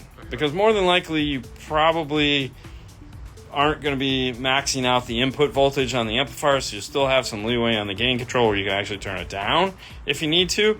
But I can tell you, like, if you've ever seen an amp dyno, like, amps don't necessarily always put out what they're supposed to put out. And so if it says it's a 700 watt amp and you got a 300 watt speaker, or in this case a 600 watt speaker, as long as you use some common sense while doing it, you should be fine. I know from experience, like not Rockford, but Alpine R-Types, they used to be like max power 1,000 watts, so everyone go buy a 1,000 watt amp. Well, that's max power. There's no world in which that subwoofer can handle 1,000 watts, so they'd put a 1,000 watt amp on a 500 watt speaker and just launch it into the stratosphere, thinking that it could actually handle that. It can't. So anytime you're setting up a system, there should be a knob for, like, just paying attention and applying a little bit of common sense to it. It's a great question to ask, though, because at least you're aware of it. And now that you're aware of it, as long as when you're setting the system up, you don't go ham on it, you'll be fine. I mean, we do it all the time. Happy New Year's from Sydney, Australia. That's awesome. G-Day, mate. Hope your vacations were awesome. So glad you... Listen, we actually didn't go anywhere. We worked the whole time. So we had like Mondays off. That was it. Otherwise, and it's always funny this time of the year, we're super busy. Like, I know on the back end side of things that you guys really don't get to partake in, so to speak. I've been swamped this whole like time off from doing videos and stuff like that. Still try to get out the Monday show, the Instagram. I didn't put that out. It'll actually be out tomorrow because I was busy all day yesterday with the fam. But yeah, and then we're doing a bunch of stuff with Mobile Solutions, getting ready for Master Tech Expo, and we're doing a bunch of stuff with Orca, and so there was a lot of stuff that was like we had to build in and still do, but you know, whatever, it's good common sense. I know, what is the common sense? It's anything but common. How do you feel about MDF speaker rings indoors? Does waterproofing work? I have not used MDF in a door in a very, very, very long time, and we live in Florida where it rains almost every day of the week, it feels like, so there's no world in which MDF works here. However, I know other places where it doesn't rain as much as it does here, but you can be guaranteed that there's going to be water inside the door, so some form of waterproofing on there, whether you rhino line them or whatever it is, strongly recommend doing that. But you can buy plastic now on anywhere. Amazon sells plastic. We have links to it on DNF Tool Drawer. So, I mean, you can get 12 by 12 sheets, 12 by 24 inch sheets. Heck, you can even get plastic on Etsy now. It's pretty crazy. So there's almost no excuse to use that kind of stuff if you can avoid it, other than the cost, I get. If you want to use a crossover in my radio and the amp doesn't have a way to turn the crossover off, how do I do this? That happens a lot of the times with subwoofers, right? Mm-hmm. You keep an eye on the clock? Okay. Mm-hmm. Right there, the clock is right there on top of it. Oh, yeah, that's a good place for it right there, yeah. Anyways, as I was saying, a lot of the times you'll get a sub amp and it's the crossover, there's no way to shut it off. All you have to do is turn it outside of the range that you're trying to use on the radio. So, for example, if you're going to be using the one on the radio and you want to, let's say, go crazy and like, sometimes I want it 60 and other times I want it 80. On the amplifier, just turn it all the way up to whatever it'll go to, 120, 220, something like that. And that'll put that range well out of what the radio is going to be doing. So it's almost like there's no crossover on the amplifier now. And so you're golden. The same is true with the high pass. So if you're going to be crossing it over at, let's say, 80 hertz or 120 hertz or something like that, if there's a 50 hertz option on the crossover, put it to 50 hertz. Put it to whatever the lowest crossover point is, and that way the radio will be working above and outside of the range of that. And the other thing, too, is that it probably wouldn't hurt anything to stack some crossover on there if you're going to be going like crazy on it. Is there a good way to integrate iPhone connectivity into my 1987 BMW convertible? It depends on which one. I mean, if it's like a 3 Series, there's tons of dash kits. But yeah, it's going to just depend on the radio. Lots of no. Keeping stock radio? No, there's no way to do that.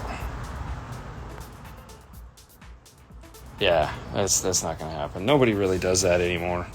That used to be a thing, obviously, like 10, 20 years ago, but now not so much. Fernando, do you miss... Tortas? Oh, of course, man. What are those? It's like a tamal, a sandwich. You put a tamal. A tamal is a tamale, I'm guessing? Yeah. I don't know. I don't know what a tamal is. I've never actually heard of tamal. Tamal. That's what they call it, tamal. What is a tamal? Tamale. Okay, so... You called in tamale, it's actually tamal. Well, no, it's a tamale. It's always a tamale. It's tamal. Right, but is that the... Well, that's what I'm saying. For you, like, you call them tamale. But yes, I miss them so much, man. I mean, it's great, you know? You put it inside. So you can't get one from the bodega? I'm pretty sure you can. I was going to say, there's literally a bodega on every corner. Yeah. That you could probably pick one of them up. I mean, you can make one, actually. Yeah. Okay, there you go. I don't think you could, but, I mean, you burnt rice. I mean, I burn water, so yeah.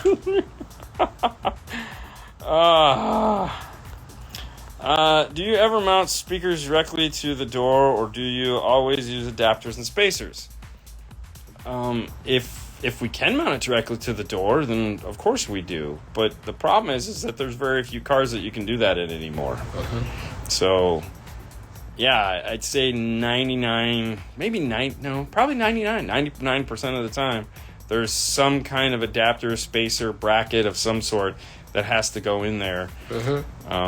Unless you just cut the speaker up and use that and do one of those things. Honda Civic 1990. Yeah, some of the older Civics. Yeah, that's true. You can do that, yeah. So I said 99. It's the same. It's not the same. He says it's not the same. I don't know. I mean, if he says it's the same, then it's the same. I'm unpartial. I don't care. I'll eat them both. I really don't care. Let's hear the audio debate. What is better, a Bluetooth or wired connection? So if we're talking like 10 years ago, Bluetooth sucked. But some of the Bluetooth connections we have now are really good. And just FYI, if you're doing wireless CarPlay, it is not a Bluetooth connection. It is a Wi-Fi connection. So most cars that have wireless Android Auto or Apple CarPlay, it's a Wi-Fi connection. So which is 1,000 times better than a Bluetooth connection. So there's that, which I think is a better connection. If you have a 2015, 16, maybe even a 17 and you're using the Bluetooth connection there, it's a possibility. Like if it's a Ford, it's going to suck. But, you know, if you're looking at like a higher... So there's the thing. Like if you're looking at like a higher end DSP, like a Bitcon from... Addison? Yes. Or the Atomo? No, what is it called from Moscone? The Amos? The Amos, thank you. Or the Amos from Moscone. Mm-hmm. Those are going to be, you know, high-res Bluetooth streamers, which are better. So, right. But otherwise... Plug it in is always... Plug it in is going to sound better. The best way, yeah. Welcome back. Welcome back, Bobby. Have you ran a Morel tweeter and the Jeep JL Dash? Does a brighter tweeter work better for that location? We've actually, we've ran the, the Morel, what are they called? Maximus HEs? Maximo HE. Maximo HEs, Yep. which, by the way... This show is brought to you by MorelHiFi.com. That's exactly right, guys. You want to hear some of these amazing Maximo Ultras, Mark IIs. You can find them in MorelHiFi.com. Oh, you want to see the picture of it? Go here in Instagram and find them, Morel_America. Thank you for being sponsor of the show. And with that, you're out of here? I'm out of here. And if you're looking for an amazing, there you go. If you're looking for an amazing Morel to check out the hybrid. It's kind of the best of both worlds. Anyways, I love those. I know, that's your speakers up there on the shelf. Yeah. So, anyways, to answer the question, the reason why the Morel go. All right, bye. So the reason why the Morel does work really well in the dash of the Jeep is that it does play lower, so you get more vocal out of it than you would just say a regular tweeter. However, if you're looking to cut glass, like you want it to just then of course putting a brighter tweeter, some form of metal tweeter in the dash is going to accomplish that. Like this particular system, the Rockford, they use their all-weather tweeter in the dash, and then they use their all-weather 6.5-inch coaxials in the lower dash and in the soundbar. So this has 6 tweeters, 4 6.5s, and 2 12s. It is brutal. Like, it is designed to top down, go crazy. This is a 392, so it's got the crazy exhaust in it. Not a problem. This will just rip through it. A lot of the times you do Rockford T2s because it has the metal tweeter, which is, there again, it's a vicious tweeter. But the Morels sound really good. To me, they're a much more musical option, which isn't necessarily what you always want for a Jeep. But yes, we have done it, and it is a lot of fun. Is USB-C cable superior to regular USB for audio signal?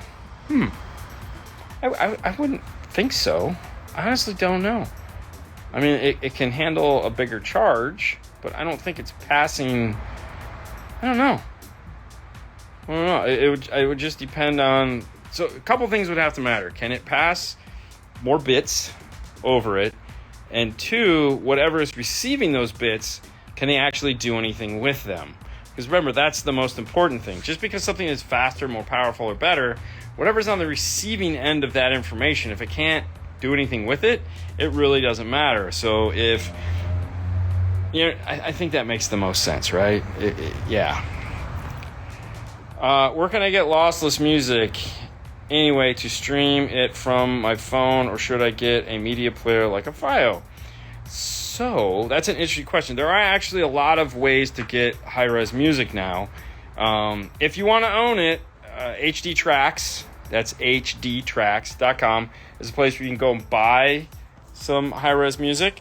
And then you also have Tidal, which is streaming a better track. Spotify has an HD version they've had for a long time now. As long as you set it up in your phone, it will stream at the higher bitrate.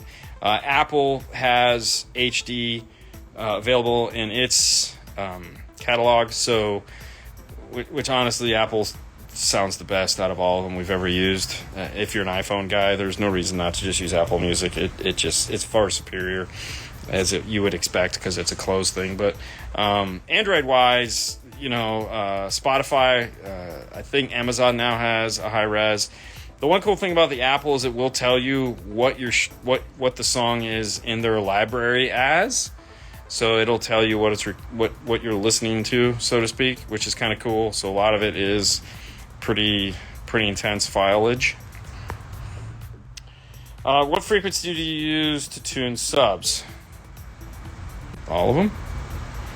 I just play music and listen to the sub.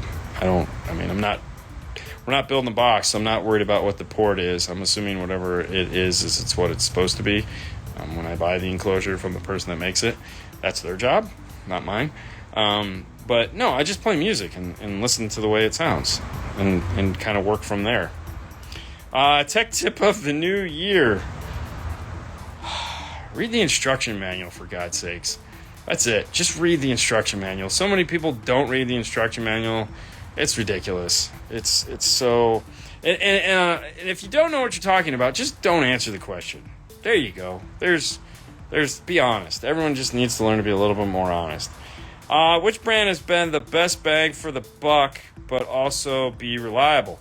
Ooh, it's funny you should ask that, because I was just talking to that company today. They were asking us to do some stuff for them that we're going to do. And that company is Kenwood. I know what you're saying. Wait, what? Kenwood?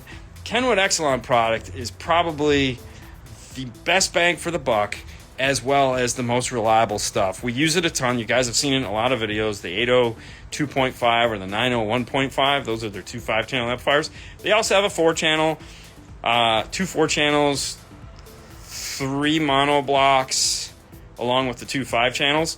They make a 1,000-watt mono. A lot of people don't even know about that, which it puts out. I think it put out a little over 1,000 watts, like maybe 1,100 watts. It was really close to that. So it's full spec 1,000-watt amplifier. The 5-channel, the 901.5 puts out an amazing amount of power. Like we were getting like 800 watts out of the 500-watt sub amp side. So with the 4-channel loaded down at 4 ohm, so it's pretty insane. And the stuff is extremely reasonably priced. But as far as reliability goes, the stuff runs forever. I've been using Kenwood Excellence stuff for a very long time.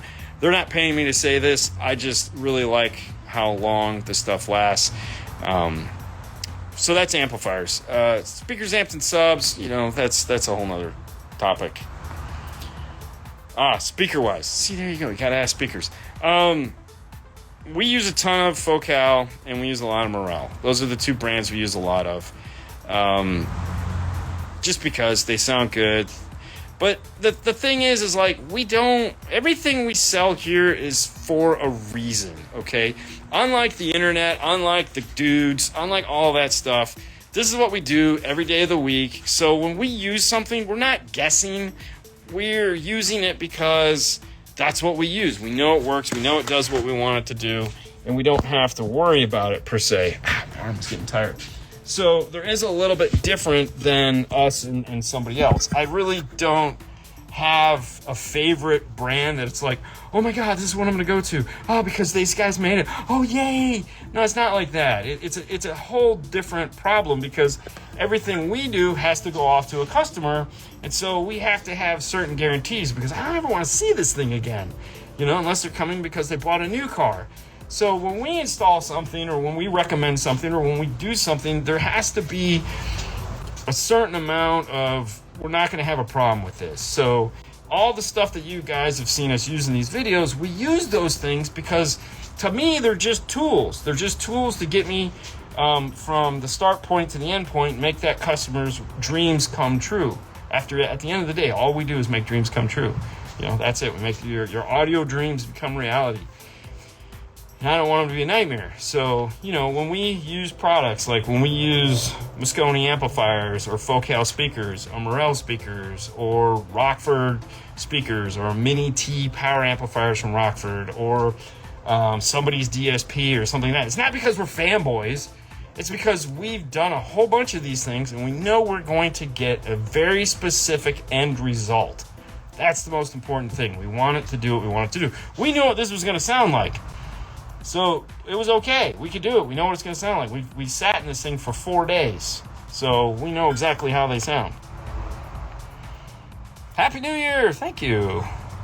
What do you think of the Blam speakers? We've done a little bit of work with Blams. We are a Blam dealer, so we have some of the products. We haven't done a lot with them. And there again, that's one of those products that is very specific. So we have it because there's certain applications that works the best in, and that's when we use them. I know Arturo, who's on here a lot, he's a big Blam dealer. He loves using Blam speakers.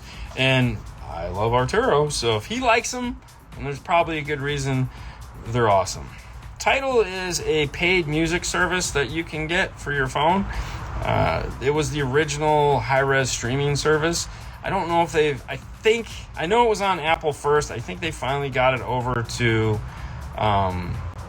Android. What's up from Tijuana? Amazon Music sounds great on Morel Virtus. There you go. Amen. Sorry, Darren. I'll be more honest, maybe. You don't have to. I mean, it was just one of those things. It was a lifesaver for me. Kept me from getting in trouble. I would figure that HDMI ARC cables are even better since I have seen some products use them for audio transmission. Okay. Did you teach Fernando car audio, and how long have you two been working together? I think we're going on 8 to 10 years now, somewhere in that range. 8 years, 7 years, somewhere in that. Did I teach him everything he knows? No. He was actually working for one of our competitors before we started. Did I teach him everything he knows now? Yeah. He didn't know a lot. The reason how we met was he would come over to us and he would ask me how to do like steering wheel controls, or if he ran into a problem, he would just come ask me. A lot of people do that, which I'm perfectly fine with. It's kind of how this whole thing works. You guys ask me questions, I give you answers. And so we needed a second person, and so we hired Fernando. And that was it. That was the long and short of it. Why is my subwoofer rattling when cranked all the way up? Ooh, could be a product defect. Like, I know sometimes we'll get a woofer and for no reason at all, it just makes a clunkety clunk noise, and it's just like, what the hell is that? It's a weird one. But yeah, it could be nothing more than there's something wrong with the woofer somewhere. Yeah, it's very odd. I'm late to the party. That's okay, at least you showed up. Have you had any introduction with audio control speakers and subs? Subs, yes. Fernando's been running the sub in his car since they came out. Actually, he's still running one of the first subwoofers that ever hit the country in his truck. Sorry, not in his truck, in his car. So yeah, we've been running their subs in his since it came out. As far as speaker wise, we haven't integrated them into the store per se, but yes, I have heard them. And yeah, a lot of guys like them. We just haven't brought them in yet because, for one, we have a lot of other speakers in stock that we need to go through before we bring in another product like that. So from the 5-star sales side, there's just no room for them in the inn yet. Are we planning on it? At some point. It's just right now we have a ton of inventory that we need to move through. So it's kind of where we're at on that one.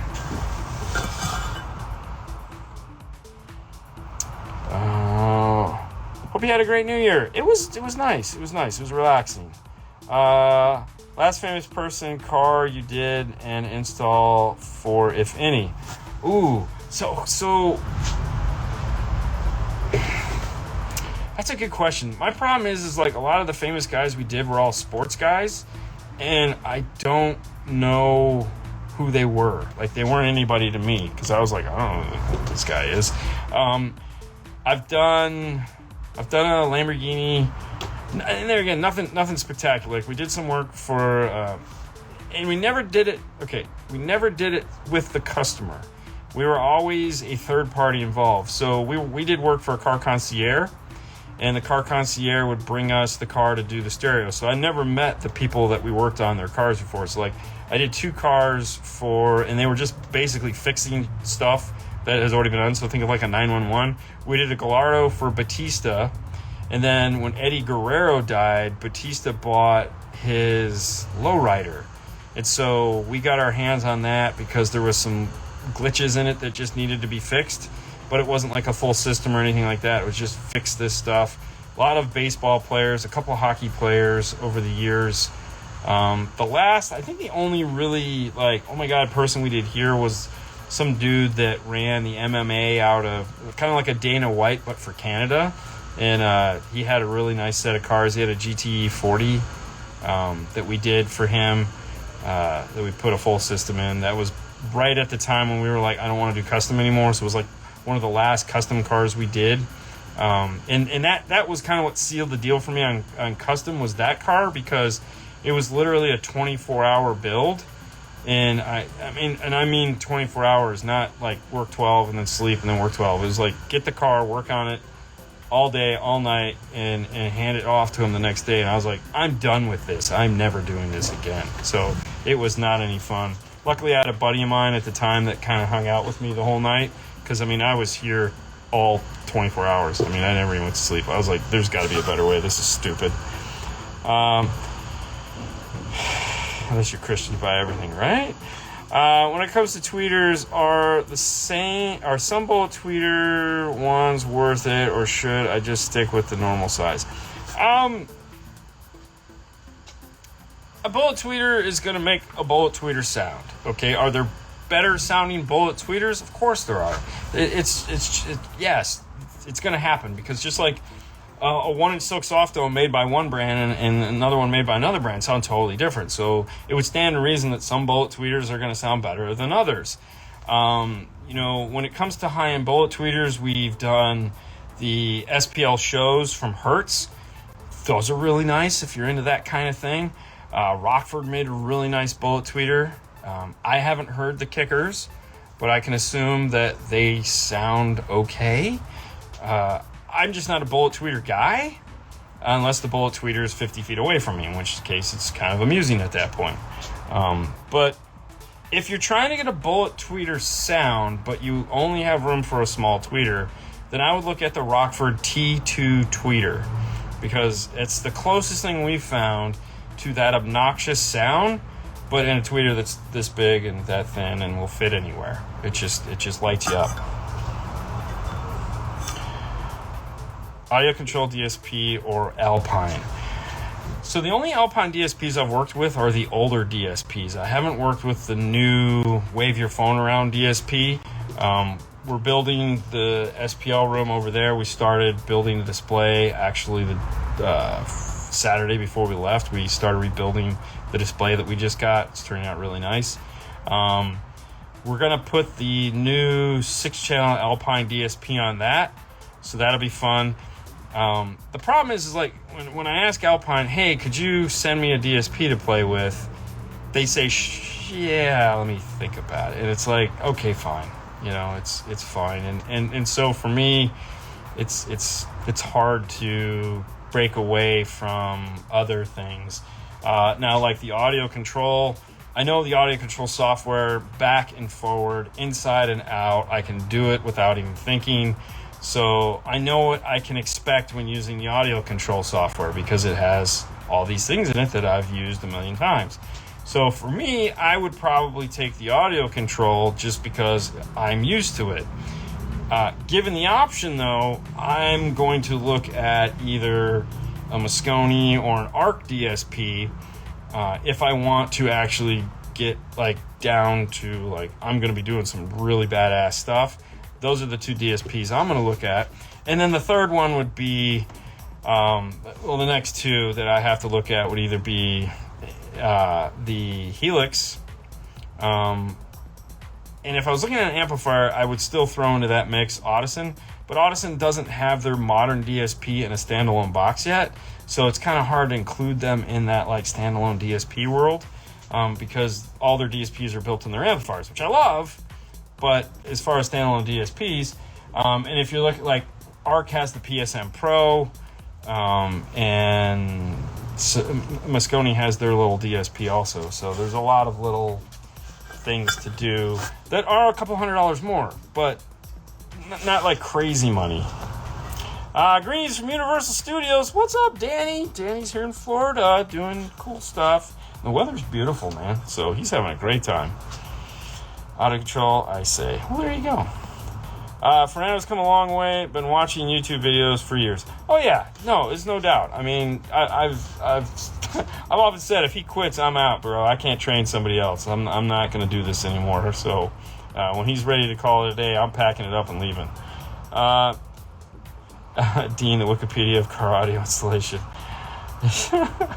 Any suggestion on a sub for 2018 GMC 4-door Canyon? So we have one of those that we're going to be doing here sometime this year. I just say that. I know I quoted a guy out not too long ago, and I know he put a deposit. I believe we're going to be doing the Fox box, because I think Fox makes a box for that. And I want to say it either takes 2 10s. It might take 2 10s. So check out Fox Acoustics and see what they have. I think we're going to still do the Comp RTs from Kicker in there, but I'm not sure yet. I don't remember what we talked about. What is the ideal vehicle to work on, and what would you install? Man, I don't really think of it like that. I know a lot of guys case in point, our good friend Dougie Fresh works for Tittery, Ground Zero, Sound Digital, You know, Ground Zero wanted to build a show car this year, and so he's building a Mini Cooper because Swedish Peter said the best car is the Mini Cooper, and so they're building a Mini Cooper. It really depends. Like, I bought my Mustang, which is sad because I know I'll never do it, but I bought it anyways because if I ever decide to do anything with it, it's 100% iData compatible, so I can integrate into the amplifier or I can put a new radio in it, and it's got a 3-way set in it. So these were all things it had over the Camaro, because those were the two I was looking at. Do I get a convertible Camaro or do I get a convertible Mustang? I went with the convertible Mustang because I knew I could do all these things to it. And one day, hopefully I will, but yeah, I'm not holding my breath. So, yeah. Unless you're from Unique Whips and say he did it. Yeah. Oh, that was Sheffield's. That was Sheffield's Cadillac EXT. So we did. Gary Sheffield, the baseball player, was one of the clients of the car concierge we had, and we did his Cadillac EXT, and then he took it out to Unique Whips, and they repainted the whole thing baby blue, and then took credit for the install. It happens. Audio control in the house. There you go. What's up?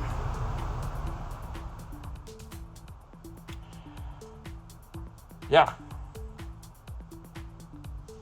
Actually, Sage used to work for him, so he tells some really nice stories. Castro is apparently a really cool dude. You know, it's just TV that really kind of didn't do him any favors as far as that goes. But that's what you expect. I mean, you know, a lot of people make assumptions about people. But he's like, no, Castro is one of the coolest guys ever. And he worked for him for years. Hey, Dean, when is the Helix 18-channel amplifier supposed to drop? That's a good question. I honestly have no idea. I would assume any minute now because they've only been talking about it for a while. I'm not looking forward to, I'm looking forward to it, but I'm not looking forward to it because I got to tell you, man, like 18 channels of DSP is going to be a beast. Especially with theirs because you can't bridge any of the channels. So it's not like you can just be like turn it into a 9 channel or turn it into a 12 channel or anything like that.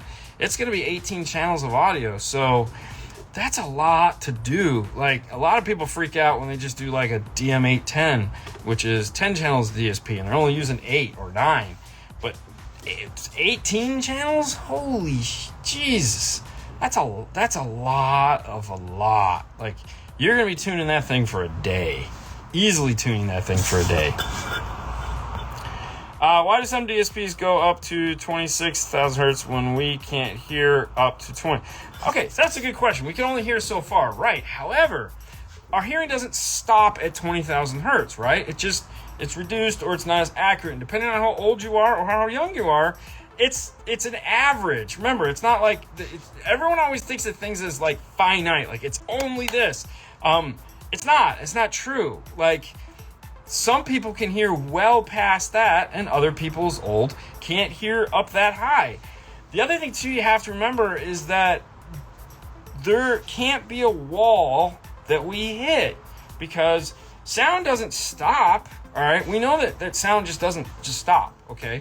And there again, like if you look at the specs on your equipment, like the Macintosh amp that's on the wall over there, that played from 5 to 50,000 hertz. Back in the 90s, okay? There's plenty of amplifiers that still do that. And the reason why they do that is because they need it to stop producing sound well outside of the audible range. Because think of it like this is how the best way it was ever explained to me. If you're running, and there's a wall here, and you hit the wall, what happens? You fall back, right? Sound is no different. If we put in a stop point, the sound is going to hit that and it's going to come back, and that comeback is going to be distortion. So we need sound to be able to go well outside of the audible range and disappear, okay, so that it doesn't roll back into the audible range and cause distortion. Now, in doing so, like 20,000 hertz is always that last thing. There's sound past that, and there's distortion past that, and there's annoyance past that. And so being able to control that you'd be surprised. It'll actually make things sound better. So that's it. That's the reality of it. Don't think of sound as like it's this wall that you can't hear outside of these. No, it's not true. Happy New Year, everyone! What's up? Out of control. There we go. All right, guys. Hey, listen. It is almost time to go home. I'm pretty excited. I want to get out of here. It's Tuesday night. We'll be back Saturday doing the live show. And then Monday, we're going to have a special guest. Andy Waymire from Audio Frog will be here to answer your questions and just have some fun. I'm looking forward to that. I can't wait. I haven't seen Andy in, I haven't seen him in a while. It's been a couple months, so it'll be nice to catch up with him, see what's going on. I'm really excited to have him in the house because Andy is one of the most knowledgeable guys you'll ever run into. So let's think of some awesome questions for him next Monday because this guy is a genius. And it's an honor to have him in here. I'm super stoked to do it. And that's it. That's all we got. Make sure to tune in this Saturday. And keep tuning in on Instagram. We'll be playing along. Having a great time. We'll see you guys tomorrow. Bye. Sweet before we go live. No, I mean tonight when we go live. Oh. When we go live at 5. Oh, yeah, live at 5. Yeah. You have 1 hour. Yeah. Come on, guys. Woo. But no, we gotta clean up. It's been a hell of a week. And then you make it more myth. Look at that. Well, What the okay. hell, dude? Seriously? Like, there's a trash can in there. Well, no, I meant to put it in there. What? No, dude. Okay. So Look at this. I meant to put it in there, but who cares? all the other ones are sitting right here in the trash can. Okay, they're all right there in the trash. Whatever. Actually, we should probably just take out the trash. But he literally walked in here and was production? like, yeah. So these magnets are working fabulously. So what happened was I broke these off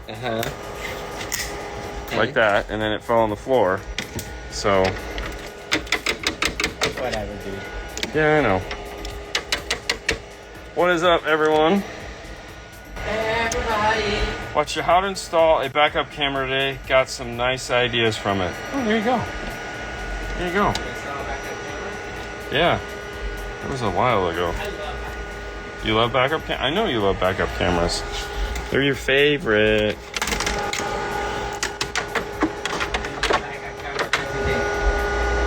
Yep. So what you just saw on the laser, these are like 100-pound magnets.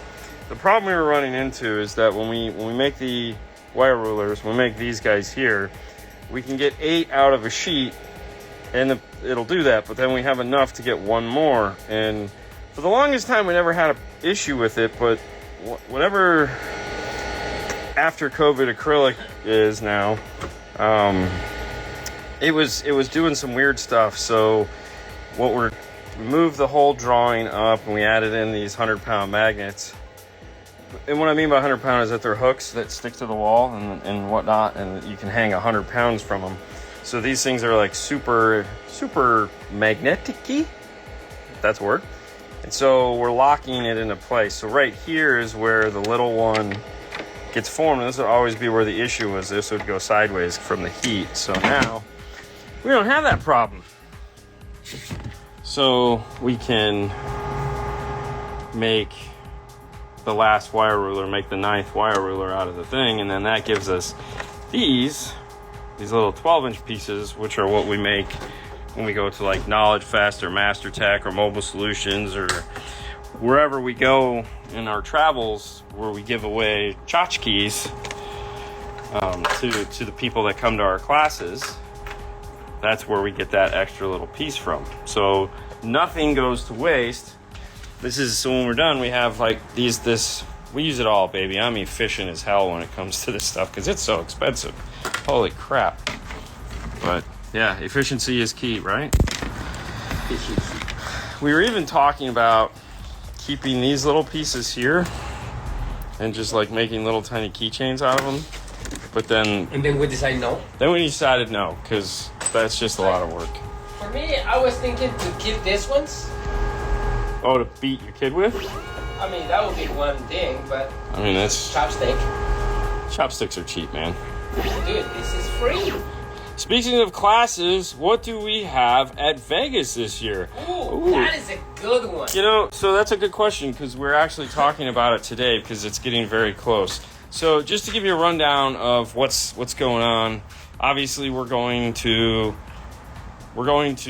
Knowledge Fest Vegas. Yep. Then the following month we'll be at Master Tech Expo. Correct. And then the month after that I'll be in Canada at CMA, which is Canadian Mobile Audio. Yeah, something like that. I don't know. CMA. Country Music Awards.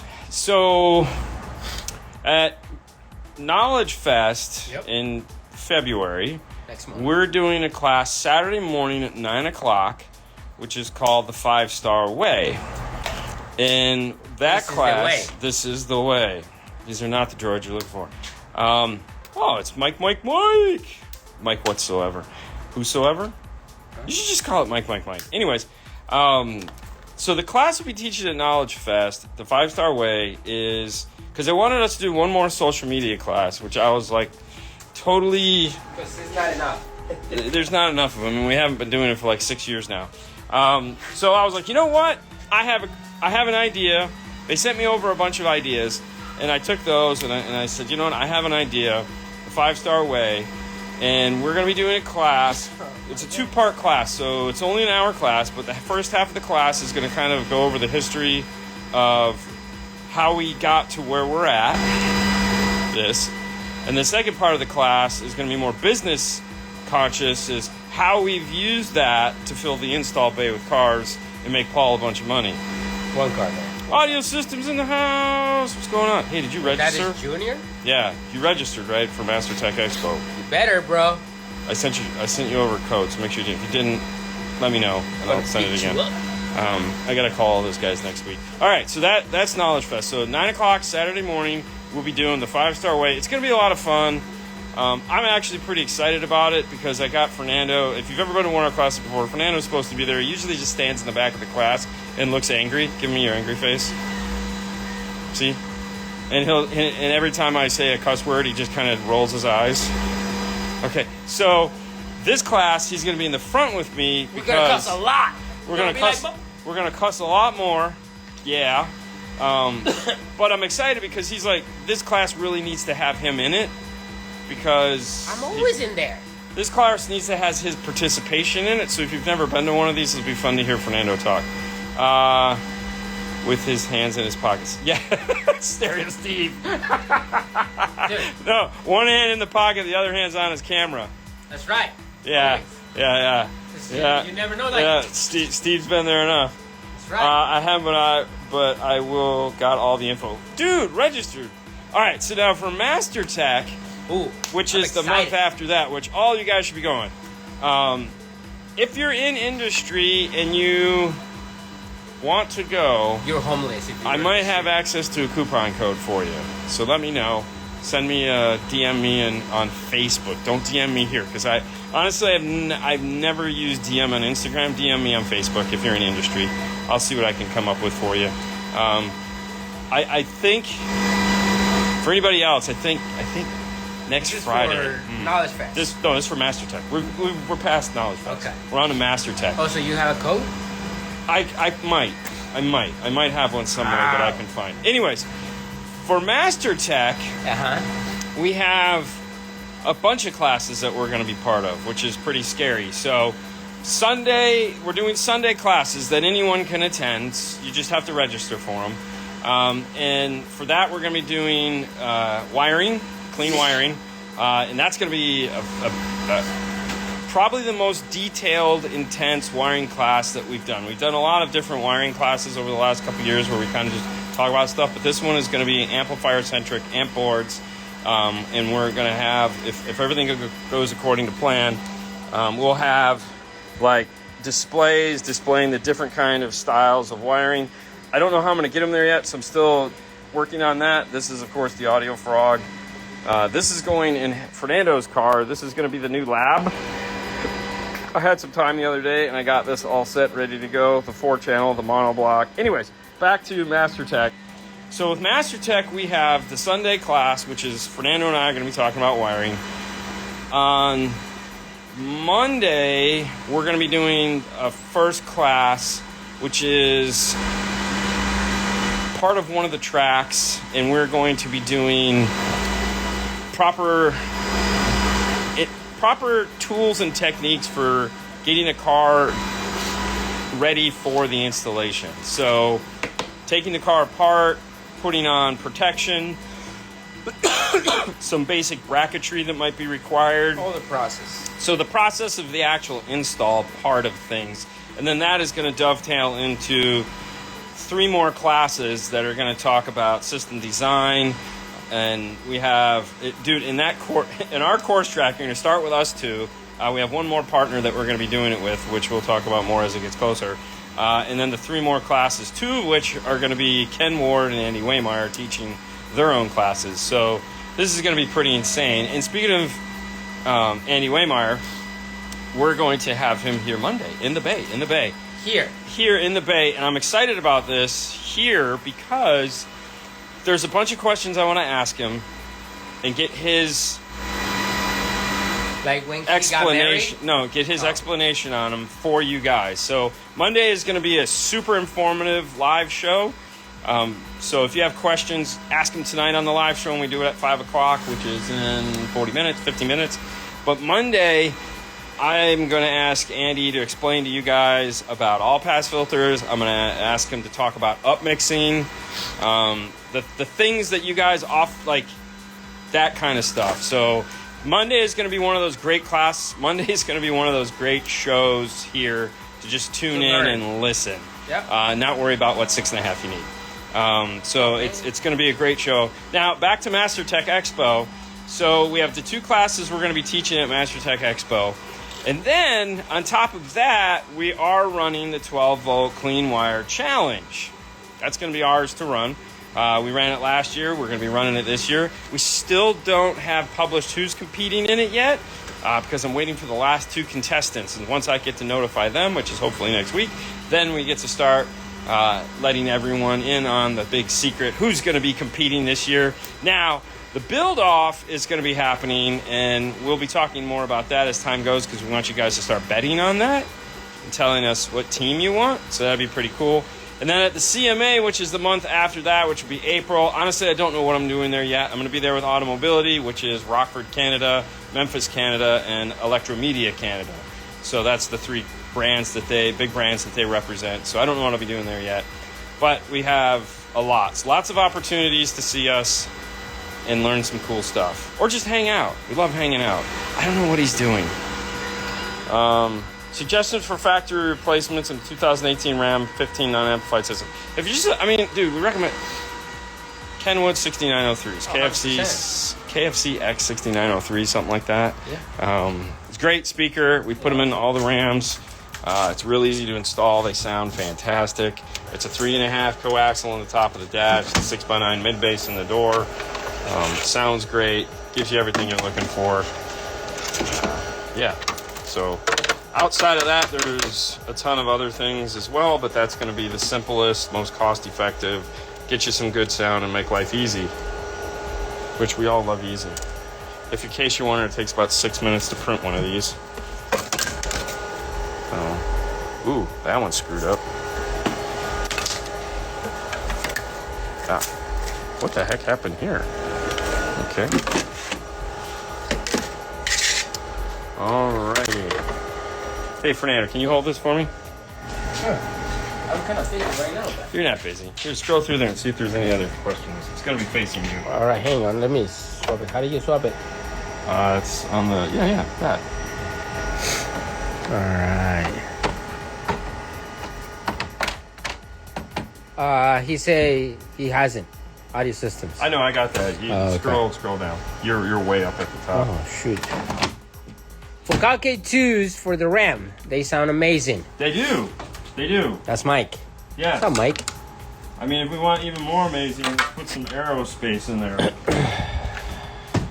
More amazing? More amazing.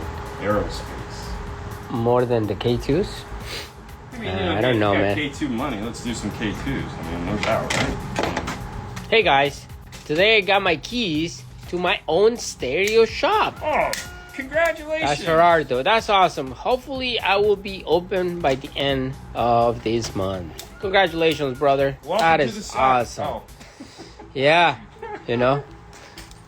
Haley, hi. Oh, Haley's there? Haley's here. Yeah. She's always here. Is the show tonight at 5? Yes. Show is tonight at 5. Make sure 5. you tune in. 45 minutes, guys. 45 minutes. Yeah, it should give us enough time to print 5 more rulers. I just got back from an SPL show. Oh! We need to know what SPL show to go to this year. What kind of SPL is the SPL show to go? Yeah, because we're gonna go to one of them. I need to know which one we need to go to. I'm thinking it's the big one up in Indy.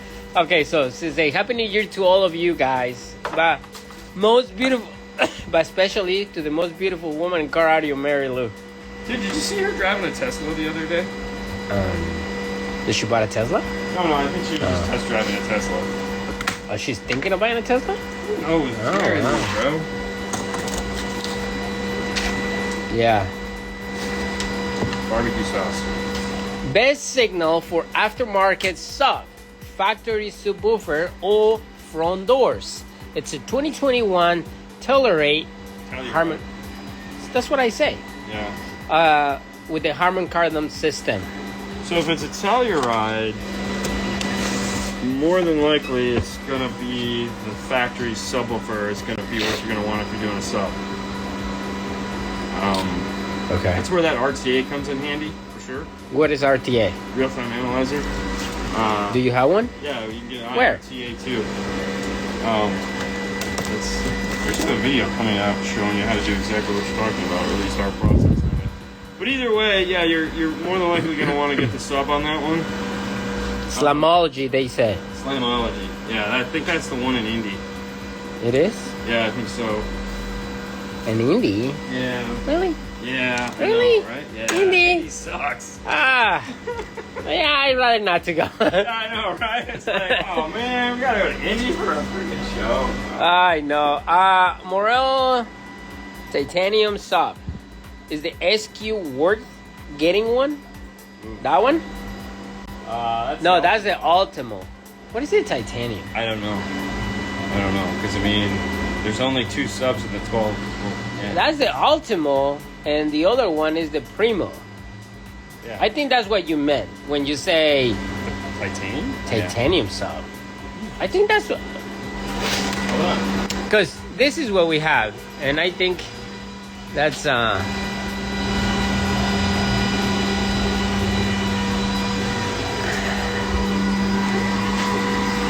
let's see.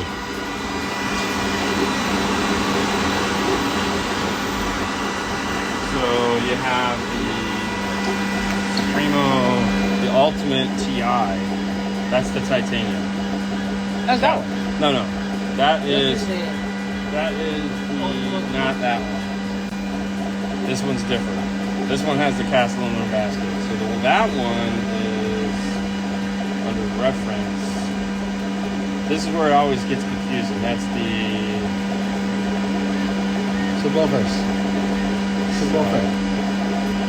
That's the slam. That's the new one. No, you pass it right there in the bottom.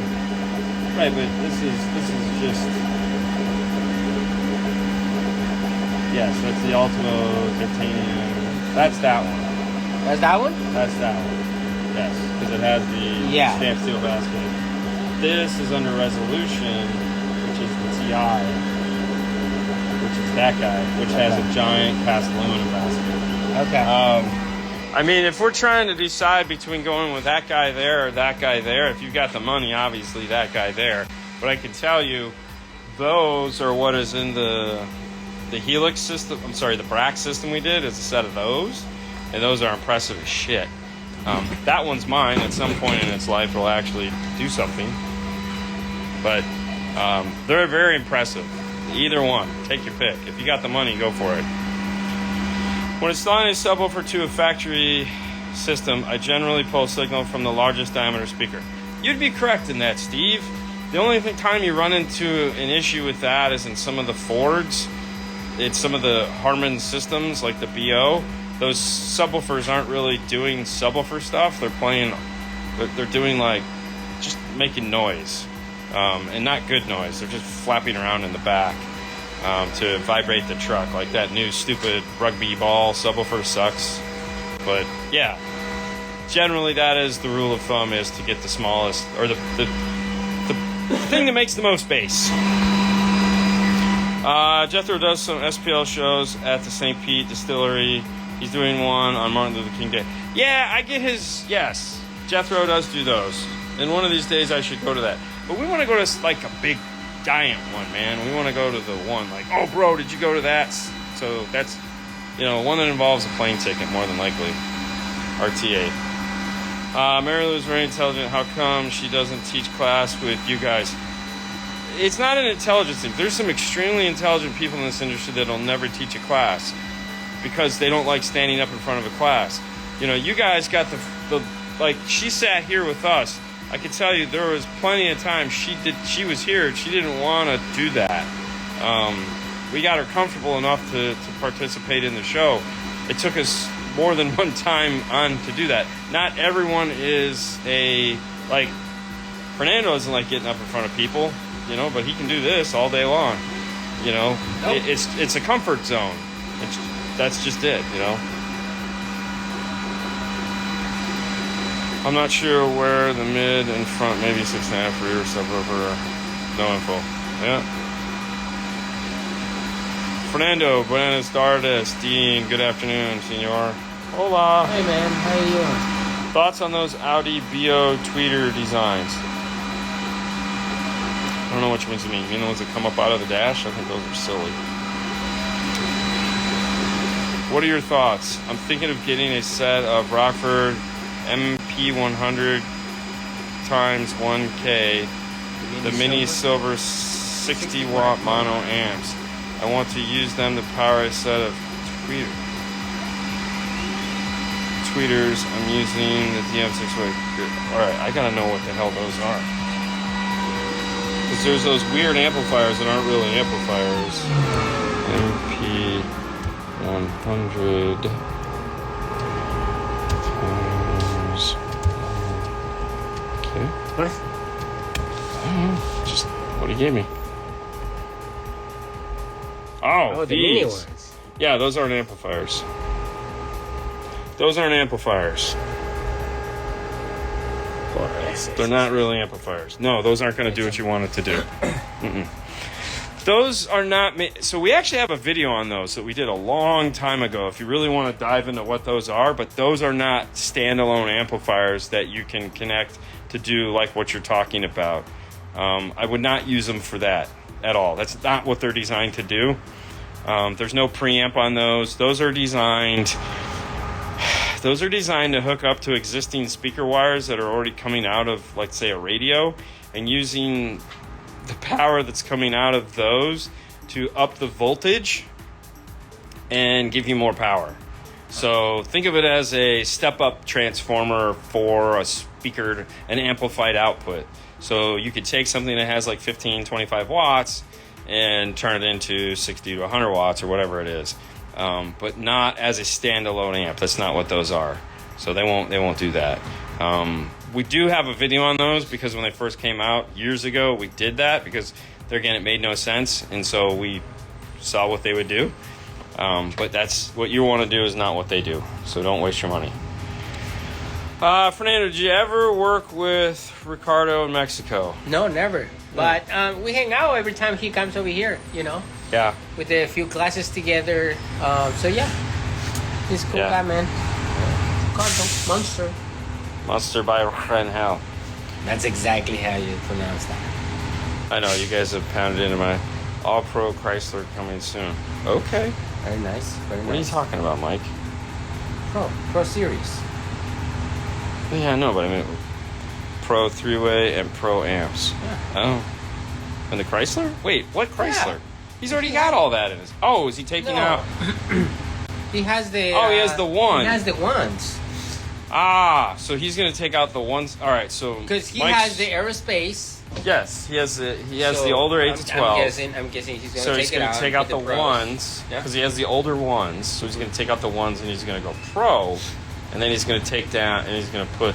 Okay. Yeah, aerospace. Yeah, man. Oh, look at Come Mike, on. dude! Look at Mike. Like here, I gotta change the. You got it? I gotta change this.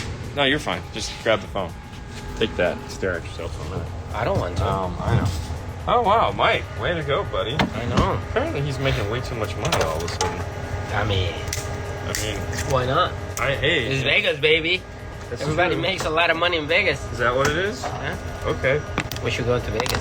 Well, we'll be in Vegas very soon. I don't want to go. That's not what you said. It's so dry. It is so dry. I know. I don't like it. I'm still. I don't think my lips have healed from freaking. You see how I'm coughing is because of Vegas. Oh, That's what it is? still there. Yeah, no, that's just because you have a crappy immune system, bro.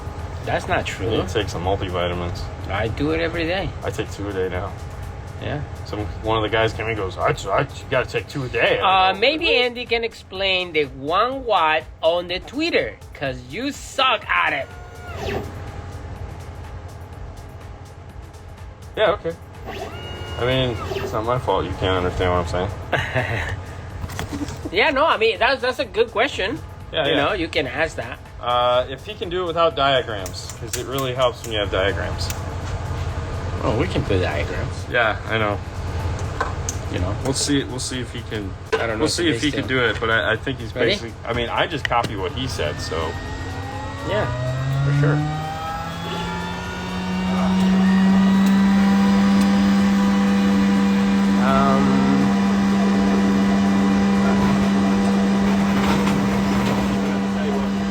What about tweeters? let's move it over away from the loud thing. What about tweeters? They play at 150 watts. There's no tweeter playing at 150 watts. Not happening. My tweeters play to 250 watts. Your pleaters, yeah, your pleaters, do. Anyways, we'll save that for Monday. What do you guys think of center channel replacing them? Okay. What are you gonna power it with? This is one of those touchy topics that really kind of aggravates me. I like the center speakers. However, the problem that we run into is that, for one, there's no. Right now, up mixing isn't a thing, so you're just going to power it off of something. 2, amplifiers aren't really designed with a center channel in mind. So we have 5-channel amplifiers. We don't have a 6-channel amplifier that has like a tweeter output. So there's the aftermarket world is not really taking the center channel thing seriously, which is kind of annoying. And every time we talk to manufacturers about it, like, hey, this has a center channel. It'd be really nice if we could, maybe they don't sell a la carte speakers for them. So, like, crazy. you can't just buy a 3.5. You got to buy a pair of 3.5s. So you can't just buy a 4-inch. You got to buy a pair. So there's a lot of things that make center channels not fun for aftermarket, which is kind of stupid. So. No, they don't lie on their specs. It's not a spec thing. It's just a reality thing on the tweeter. Listen, don't worry about it. We'll have Andy talk. We'll talk to Andy about it on Monday. See how it goes. I put 3.5 C3 in my 250 on the 3K. There is a preset up with center channel.